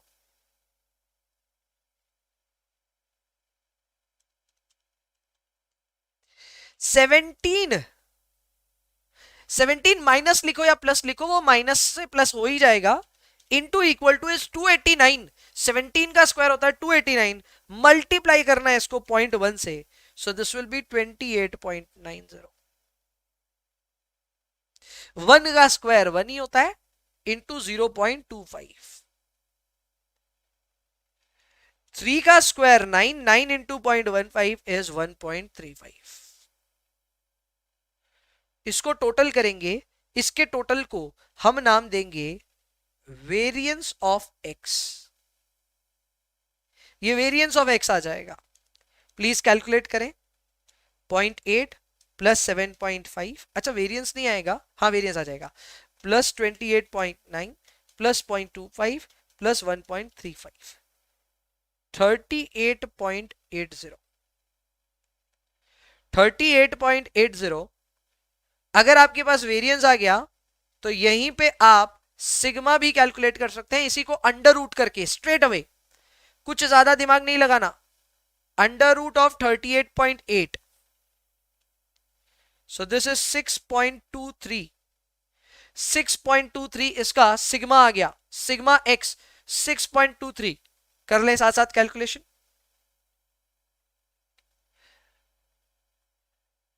Similarly Y I minus Y mean का स्क्वायर करके प्रोबेबिलिटी से मल्टीप्लाई करना है।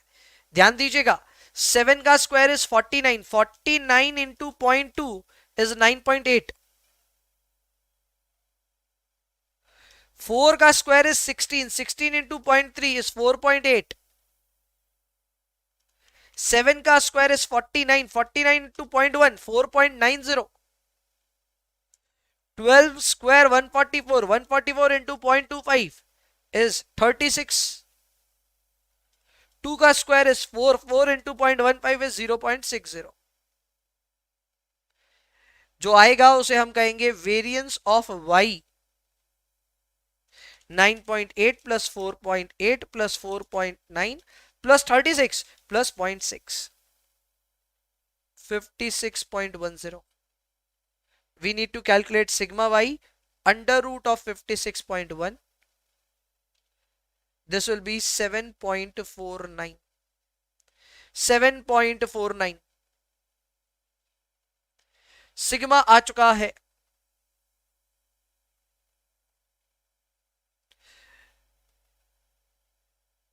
Finally last column to calculate. Last column के लिए आपको x I minus X mean, Y I minus Y mean और प्रोबेबिलिटी, इन तीनों इंफॉर्मेशन को आपस में मल्टीप्लाई करना है. You need to multiply all the information together. So 0.2 into 2 into 7, 2.80. 0.3 into 5 into 4, 6. अब माइनस लीजिएगा, 17 is in minus.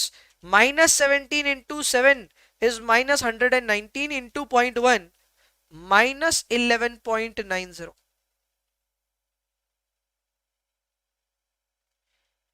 Next up is 1 into 12 minus में, so minus 12 into 0.25, minus 3.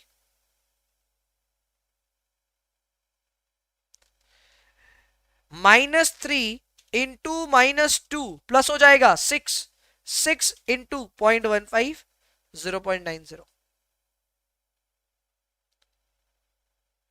जो आएगा उसे हम कहेंगे कोवेरियंस, क्योंकि फॉर्मूले के हिसाब से ये कोवेरियंस आ रहा है. So covariance of X Y total कीजिए, 2.8 plus 6 minus 11.9 minus 3 plus 0.9.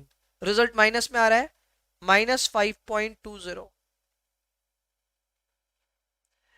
Minus 5.20.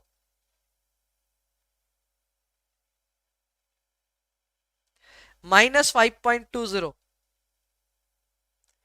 अपना काम हो गया. यहां पे अपने को कोरिलेशन निकालना है, यहीं पे कैलकुलेट कर लेंगे.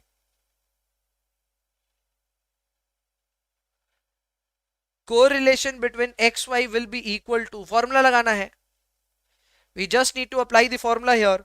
Formula is covariance of X Y divided by sigma X sigma Y.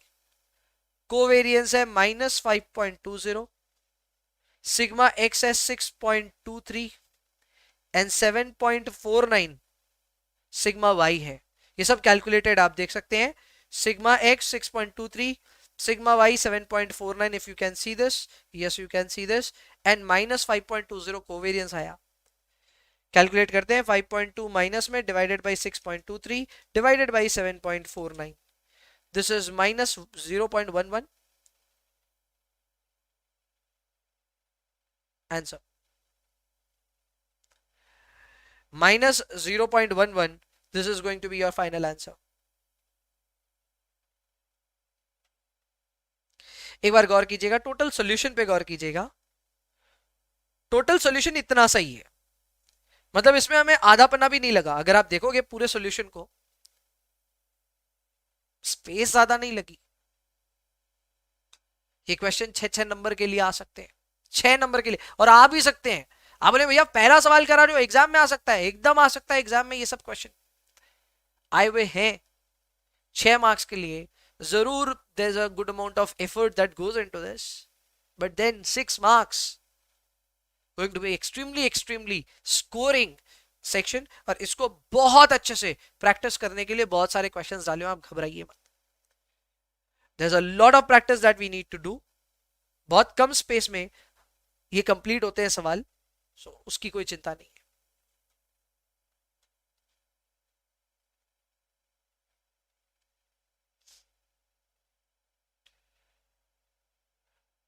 Question number 2 और 3 को फिलहाल के लिए स्किप कर रहे हैं, फिलहाल के लिए करेंगे अपने नेक्स्ट क्लास में।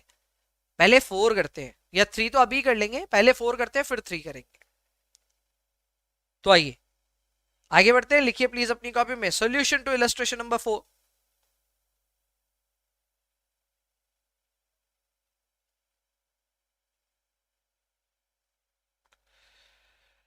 Solution to illustration number 4। Am I not audible? नहीं, ऑडिबल हूं मैं। भास्कर ऑडियो, ऑडियो का आपने इनपुट शायद दिया नहीं है। मेरी टीम आपको चैट में लिख रही है, ऑडियो परमिशन अलाउ करना होगा। Solution to illustration number 4। सवाल पढ़ते हैं, पहले आ जाइए सवाल देख लेते हैं। ये रहा क्वेश्चन नंबर 4 हमारे सामने। छोटा सा सवाल है, कुछ खास इसमें है नहीं। We have been given distribution of return, यानी कि कुछ डेटा आपको दिया हुआ है दो सिक्योरिटी के लिए। एक सिक्योरिटी है पी, दूसरी है क्यू। क्यू मार्केट का पोर्टफोलियो है।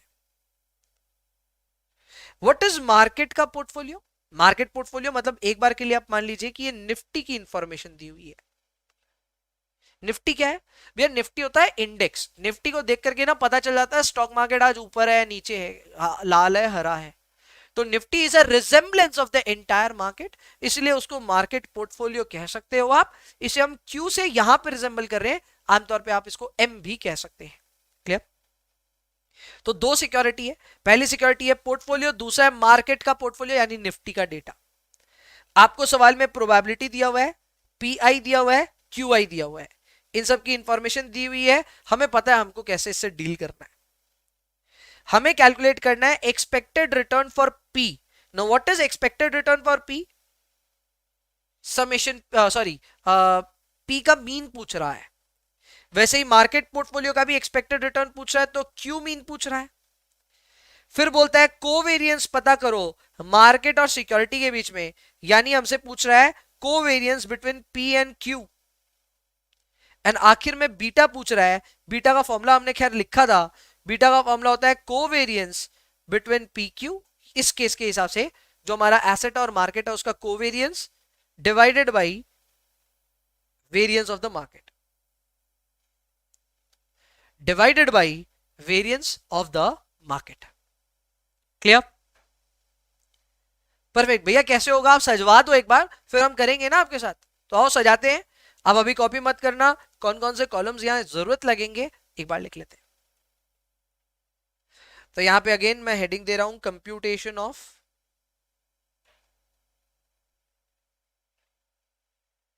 देखो मीन की जगह मैं यहां नाम दे रहा हूं एक्सपेक्टेड रिटर्न।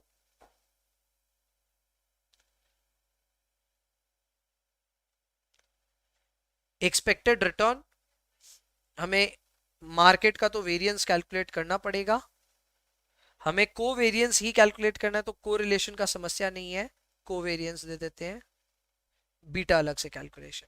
चलो ठीक है। पहला कॉलम पीआई, ओ पीआई को अब प्रोबेबिलिटी लिखना पड़ेगा। Probability is P I. Then we have stock P, जिसको मैं नाम एक्स आई दे रहा हूं, नहीं तो हम लोग फंसेंगे बार बार, ठीक है ना, नोटेशन में फंस जाएंगे, इसलिए मैं इसको नाम दे रहा हूं पी आई ब्रैकेट में एक्स आई।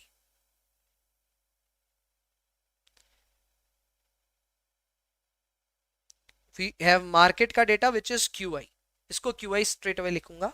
आप अभी कॉलम कॉपी नहीं कर रहे हो, ठीक है, अभी आप सिर्फ देख रहे हो। मुझे नेक्स्ट चाहिए पी आई एक्स आई, ऐसे ही चाहिए P I Q I. Then I need xi minus x mean. I also need qi minus q mean.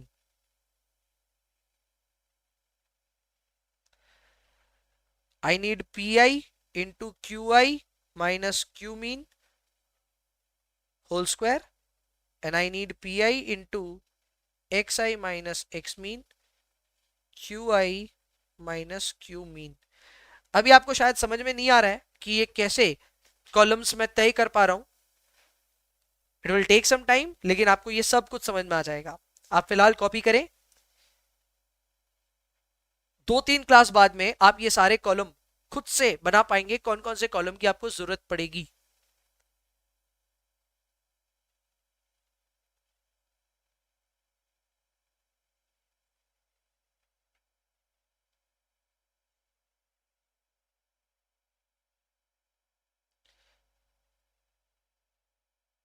Now column total बने हैं। प्रोबेबिलिटी, पी को हमने नाम दे दिया एक्स आई, क्यू को क्यू ही रखा, क्यू आई लिखा।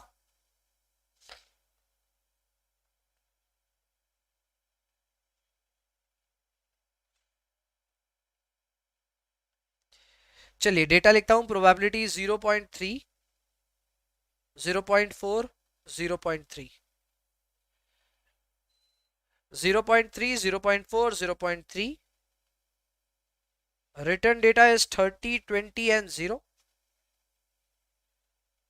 Q is -10, 20 and 35. ये तीन इंफॉर्मेशन दी हुई है, हमने बस ऐसे ही पुट किया है इसको।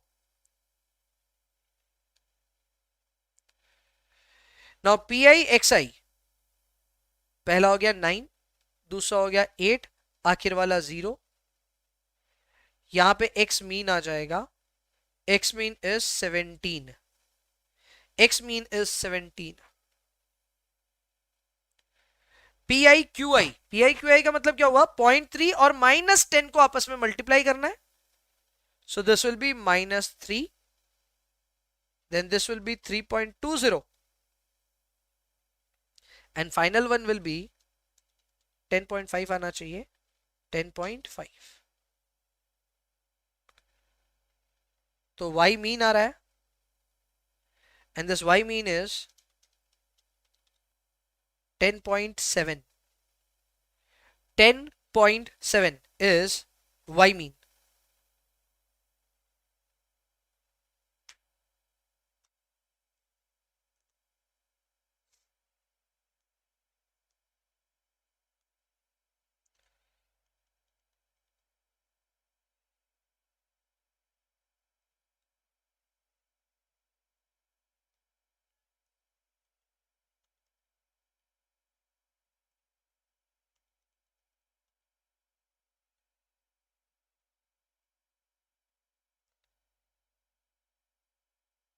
ओके, गलती की ना मैंने कुछ।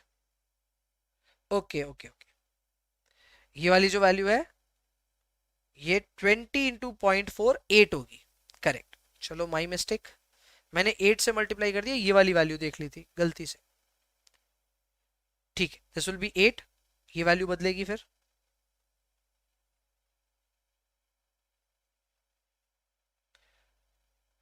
This will B 18.5 minus 3, 15.5।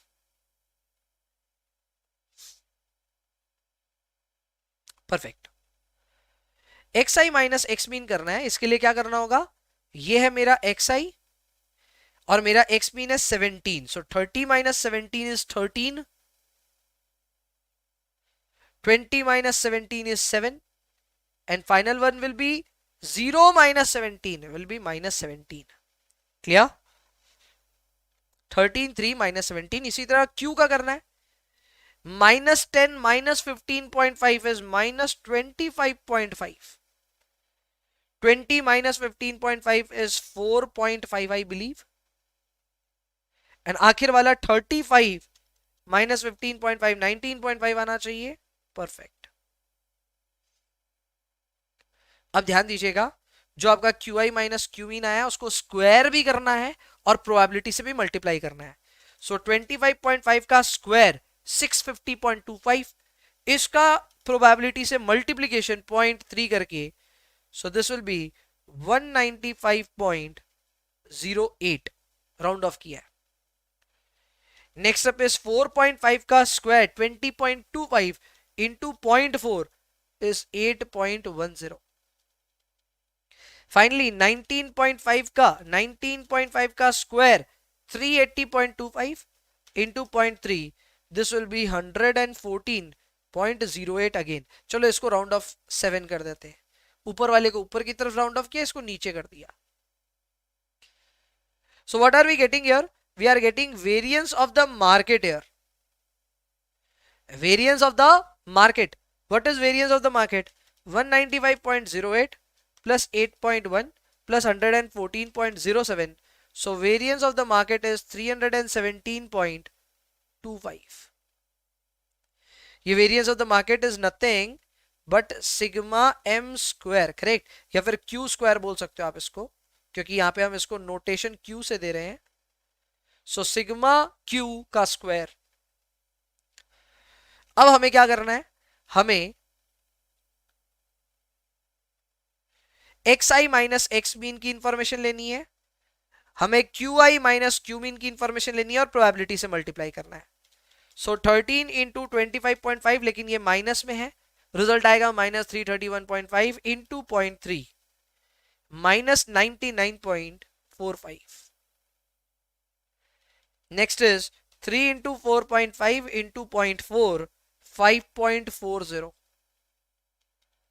आखिर वाला भी माइनस में आएगा, 17 माइनस इंटू 19.5, रिजल्ट आ रहा है माइनस 331.5, सेम रिजल्ट आया, इंटू 0.3 माइनस 99.45. बढ़िया, रिजल्ट सेम आ रहे हैं. ये आया covariance between P and Q, covariance between P and Q, and ये वैल्यू आ रही है minus 193.5, minus 193.5. So covariance is minus 193.5. अपने को सवाल में क्या क्या पूछा है? अपने को सवाल में पूछा है सबसे पहले तो एक्सपेक्टेड रिटर्न, जो कि हम कैलकुलेट कर चुके हैं. लिख देते हैं सारे आंसर्स वापस. Answers: expected return of P is 17%. Expected return of Q is 15.5%. Covariance between P and Q is minus 193.50. Answers match करते हुए जाएंगे, ठीक है ना? And finally we need beta. Beta is covariance of PQ divided by Q का variance. एक बार formula check कीजिएगा. फॉर्मूला होता है covariance of the asset with the market divided by variance of the market, variance of the market. तो ये आ रहा है माइनस 193.50 डिवाइडेड बाई 317.25, जो कि हमने कैलकुलेट किया हुआ है. वेरियंस ऐसे का ऐसे कैलकुलेट किया हुआ है, so we can use that. So ये आ रहा है माइनस 0.61 कर सकते हैं, और अगर पूरा दिखाना चाहें तो 0.699. अप्रोक्सीमेटली इक्वल टू 0.61 माइनस में. There you go, minus 0.61.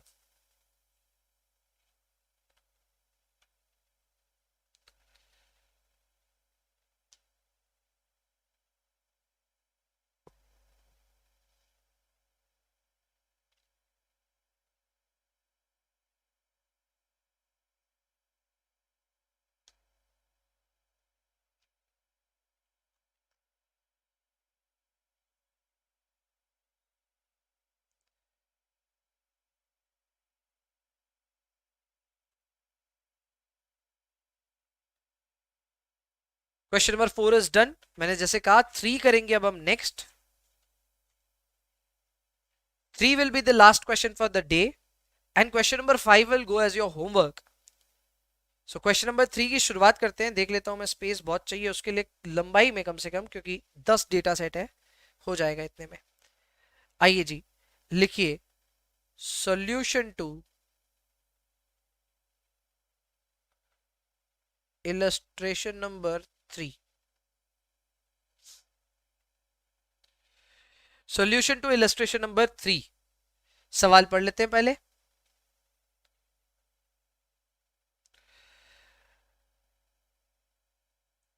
Question number 3 में हमको यहाँ पे हिस्टोरिकल रिटर्न दिए गए हैं दो सिक्योरिटीज के, ऑब्वियसली पिछले 10 साल के डेटा हैं। हमको कोवेरियंस और कोरिलेशन कैलकुलेट करना है। सवाल का स्ट्रक्चर थोड़ा अलग है। अभी तक जितने हमने सवाल बनाए उनमें प्रोबेबिलिटी दिया हुआ था, इसमें नहीं है। So you have just X I and Y I. अब आप इसको एक्स आई वाई आई नहीं लिख करके ए आई और बी आई भी लिखोगे तो एक ही बात है। मैं वही करने जाऊंगा, वही लिखूंगा, ठीक है। बाद बाकी all the information is given. We need to first calculate mean. Mean के बाद में हमें चाहिएंगे वेरिएंस, नहीं चाहिएंगे दोनों के। हाँ, कोरिलेशन के लिए वेरिएंस भी चाहिए, ठीक है। वेरिएंस नहीं भी चाहिएंगे तो कम से कम हमें एसडी के लिए तो वेरिएंस चाहिएगा। So will be calculating all the information. सारी एक्स आई चाहिए, वाई आई चाहिए, एक्स मीन वाई मीन दोनों चाहिए। इसके अलावा x I minus X mean, Y I minus Y mean और दोनों को स्क्वायर्स। चलो शुरुआत करते हैं। अगेन मुझे 2 मिनट का समय दें, 1 मिनट का ही समय दें, सारे कॉलम्स में बना लेता हूं। कॉलम में पहला आ रहा है अपना एक्स आई या ए आई। ए आई, ए आई में सारी 10 इंफॉर्मेशन हमें लाइन से यहां पुट करनी पड़ेगी। सो which is 12, 8, 7, 14, 16, 15, 18, 20, 16, 12. Perfect.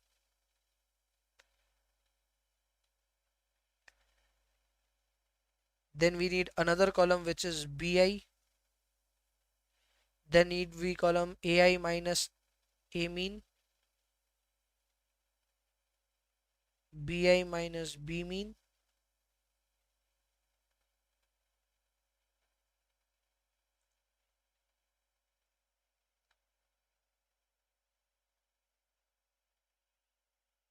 next we need ai minus a mean whole square, bi minus b mean whole square, and then we also need ai minus a mean into bi minus b mean. लो जी, सारे columns हमने बना लिए, इतने ही column बनेंगे। Please copy A I B I, A I minus A mean, B I minus B mean, दोनों के स्क्वायर्स एंड फिर दोनों के मल्टीप्लीकेशंस।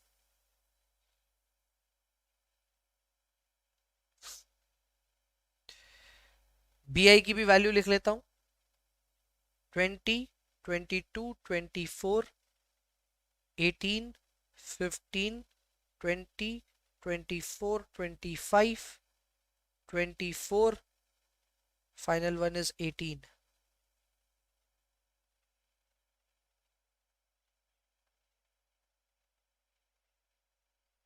हमें चाहिए दोनों के मीन्स।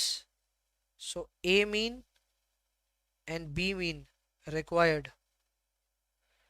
अब मीन कैसे होगा, ध्यान दीजिएगा। मीन के लिए इनके टोटल होंगे और फिर डिवाइड बाई एन होगा। So summation of A I divided by N, similarly summation of B I divided by N. Clear? Last वाला 22 है, नॉट 12, ठीक है, परफेक्ट। चलो सबका टोटल करते हैं। So this is going to B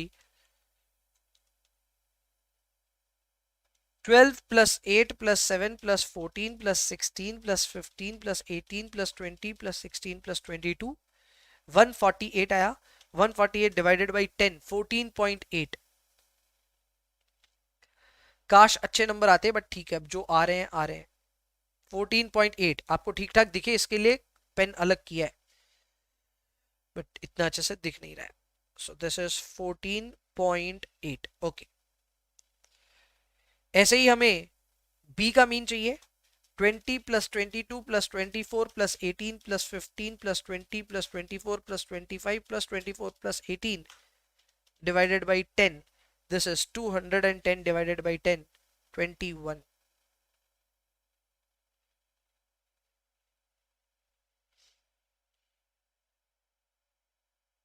चलो मीन आ गए हैं। सो 12 माइनस 14.8 माइनस 2.80 माइनस 2.80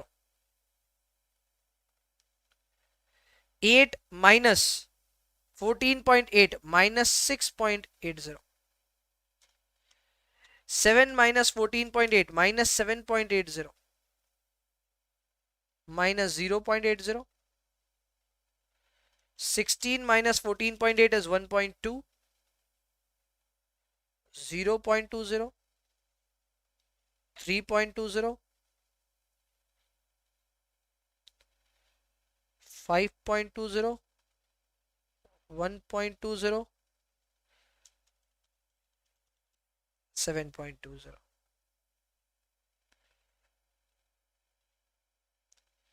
इन्हीं को स्क्वायर करके लिखना है 2.8 का स्क्वायर 7.84 6.8 का स्क्वायर 46.24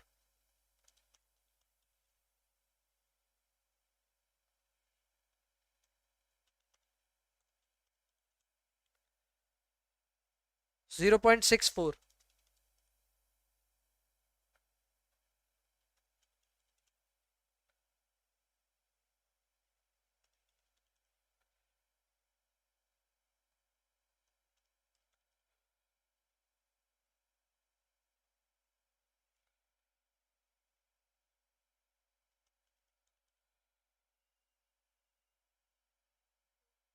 परफेक्ट स्क्वायर करके लिख लिया अब बी में से बी मीन माइनस करना है यानी सब में से 21 माइनस करना है -1 1 3 -3 -6 -1 3 4 3 -3 squares 1 1 9 9 36 1 9 16 9 9 B I minus B mean आज की इंफॉर्मेशन हमें इन दोनों के टोटल तो चाहिएंगे because these are variances so this is variance of A this is variance of B actually variance भी नहीं आएगा वी नीड टोटल्स फिर वेरियंस आएंगे पहले टोटल करो फिर वेरियंस करेंगे 7.84 plus 46.24 plus 60.84 and so on चलो जोड़ो जोड़ो जोड़ो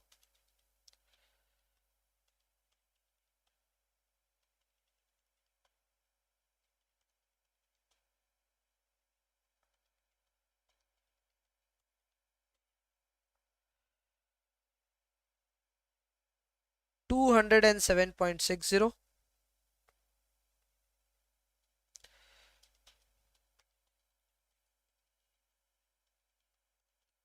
100 perfect now this will be 2.80 6 minus 6.80 minus 23.40 2.40 but in plus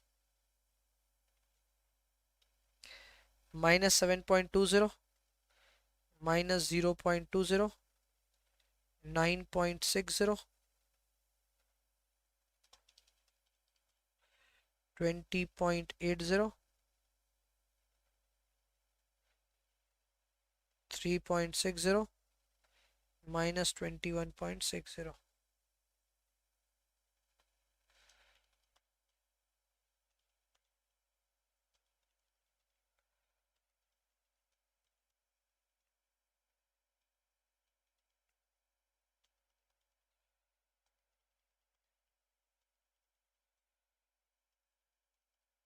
minus 20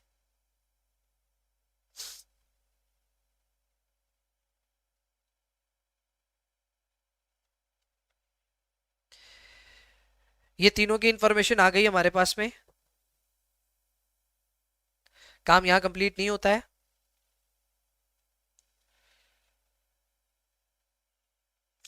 हमें जो जो कैलकुलेट करना है एक बार उन सबको कैलकुलेट करना पड़ेगा। हमसे पूछा गया है इस सवाल में कोवेरिएंस और कोरिलेशन। आइए सब चीज को एक एक करके कैलकुलेट करते हैं। सबसे पहले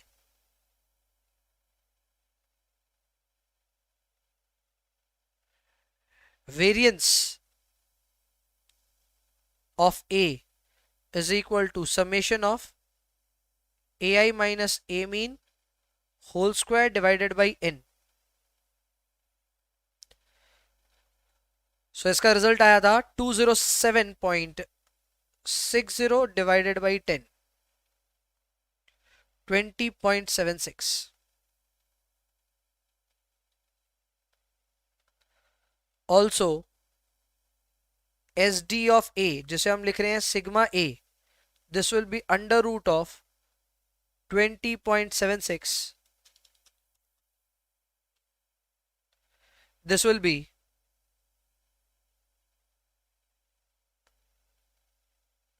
4.56%। परसेंट में है सारे रिजल्ट्स, है तो रिजल्ट्स परसेंटेज में ही।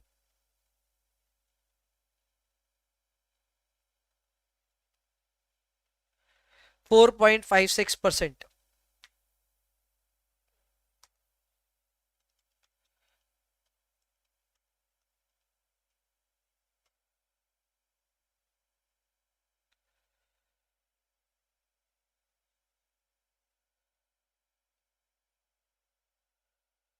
Variance of B is summation of BI minus B mean whole square divided by N,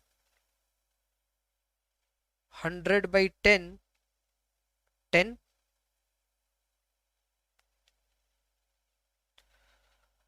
also standard deviation of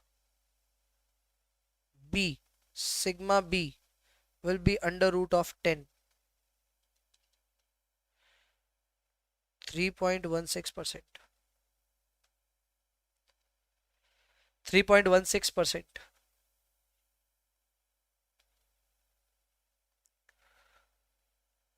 Covariance of AB will be summation of AI minus A mean, BI minus B mean whole divided by N। इसकी value I -20, 20 divided by 10 is -2।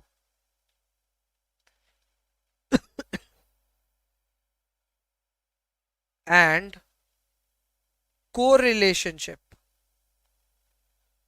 between AB is covariance of AB divided by sigma A sigma B। फॉर्मूले अभी याद नहीं हुए होंगे, मैं भी कोई अपनी तरफ से उम्मीद नहीं रख रहा हूं कि आपको फॉर्मूले याद हो गए होंगे। धीरे धीरे याद होंगे एंड धीरे धीरे ही हम इसको प्रैक्टिस में ला पाएंगे। अभी के लिए फॉर्मूला याद नहीं, कोई बात नहीं, देखो फॉर्मूला, फील करो कि हाँ ये फॉर्मूला याद नहीं था, बस आगे बढ़ो, उसके लिए अफसोस करने की जरूरत नहीं है।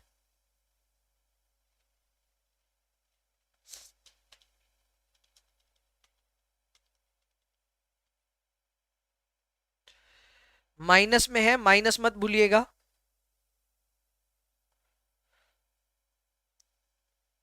-0.1388, -0.1388। if you want to round off you can round it off to -0.139।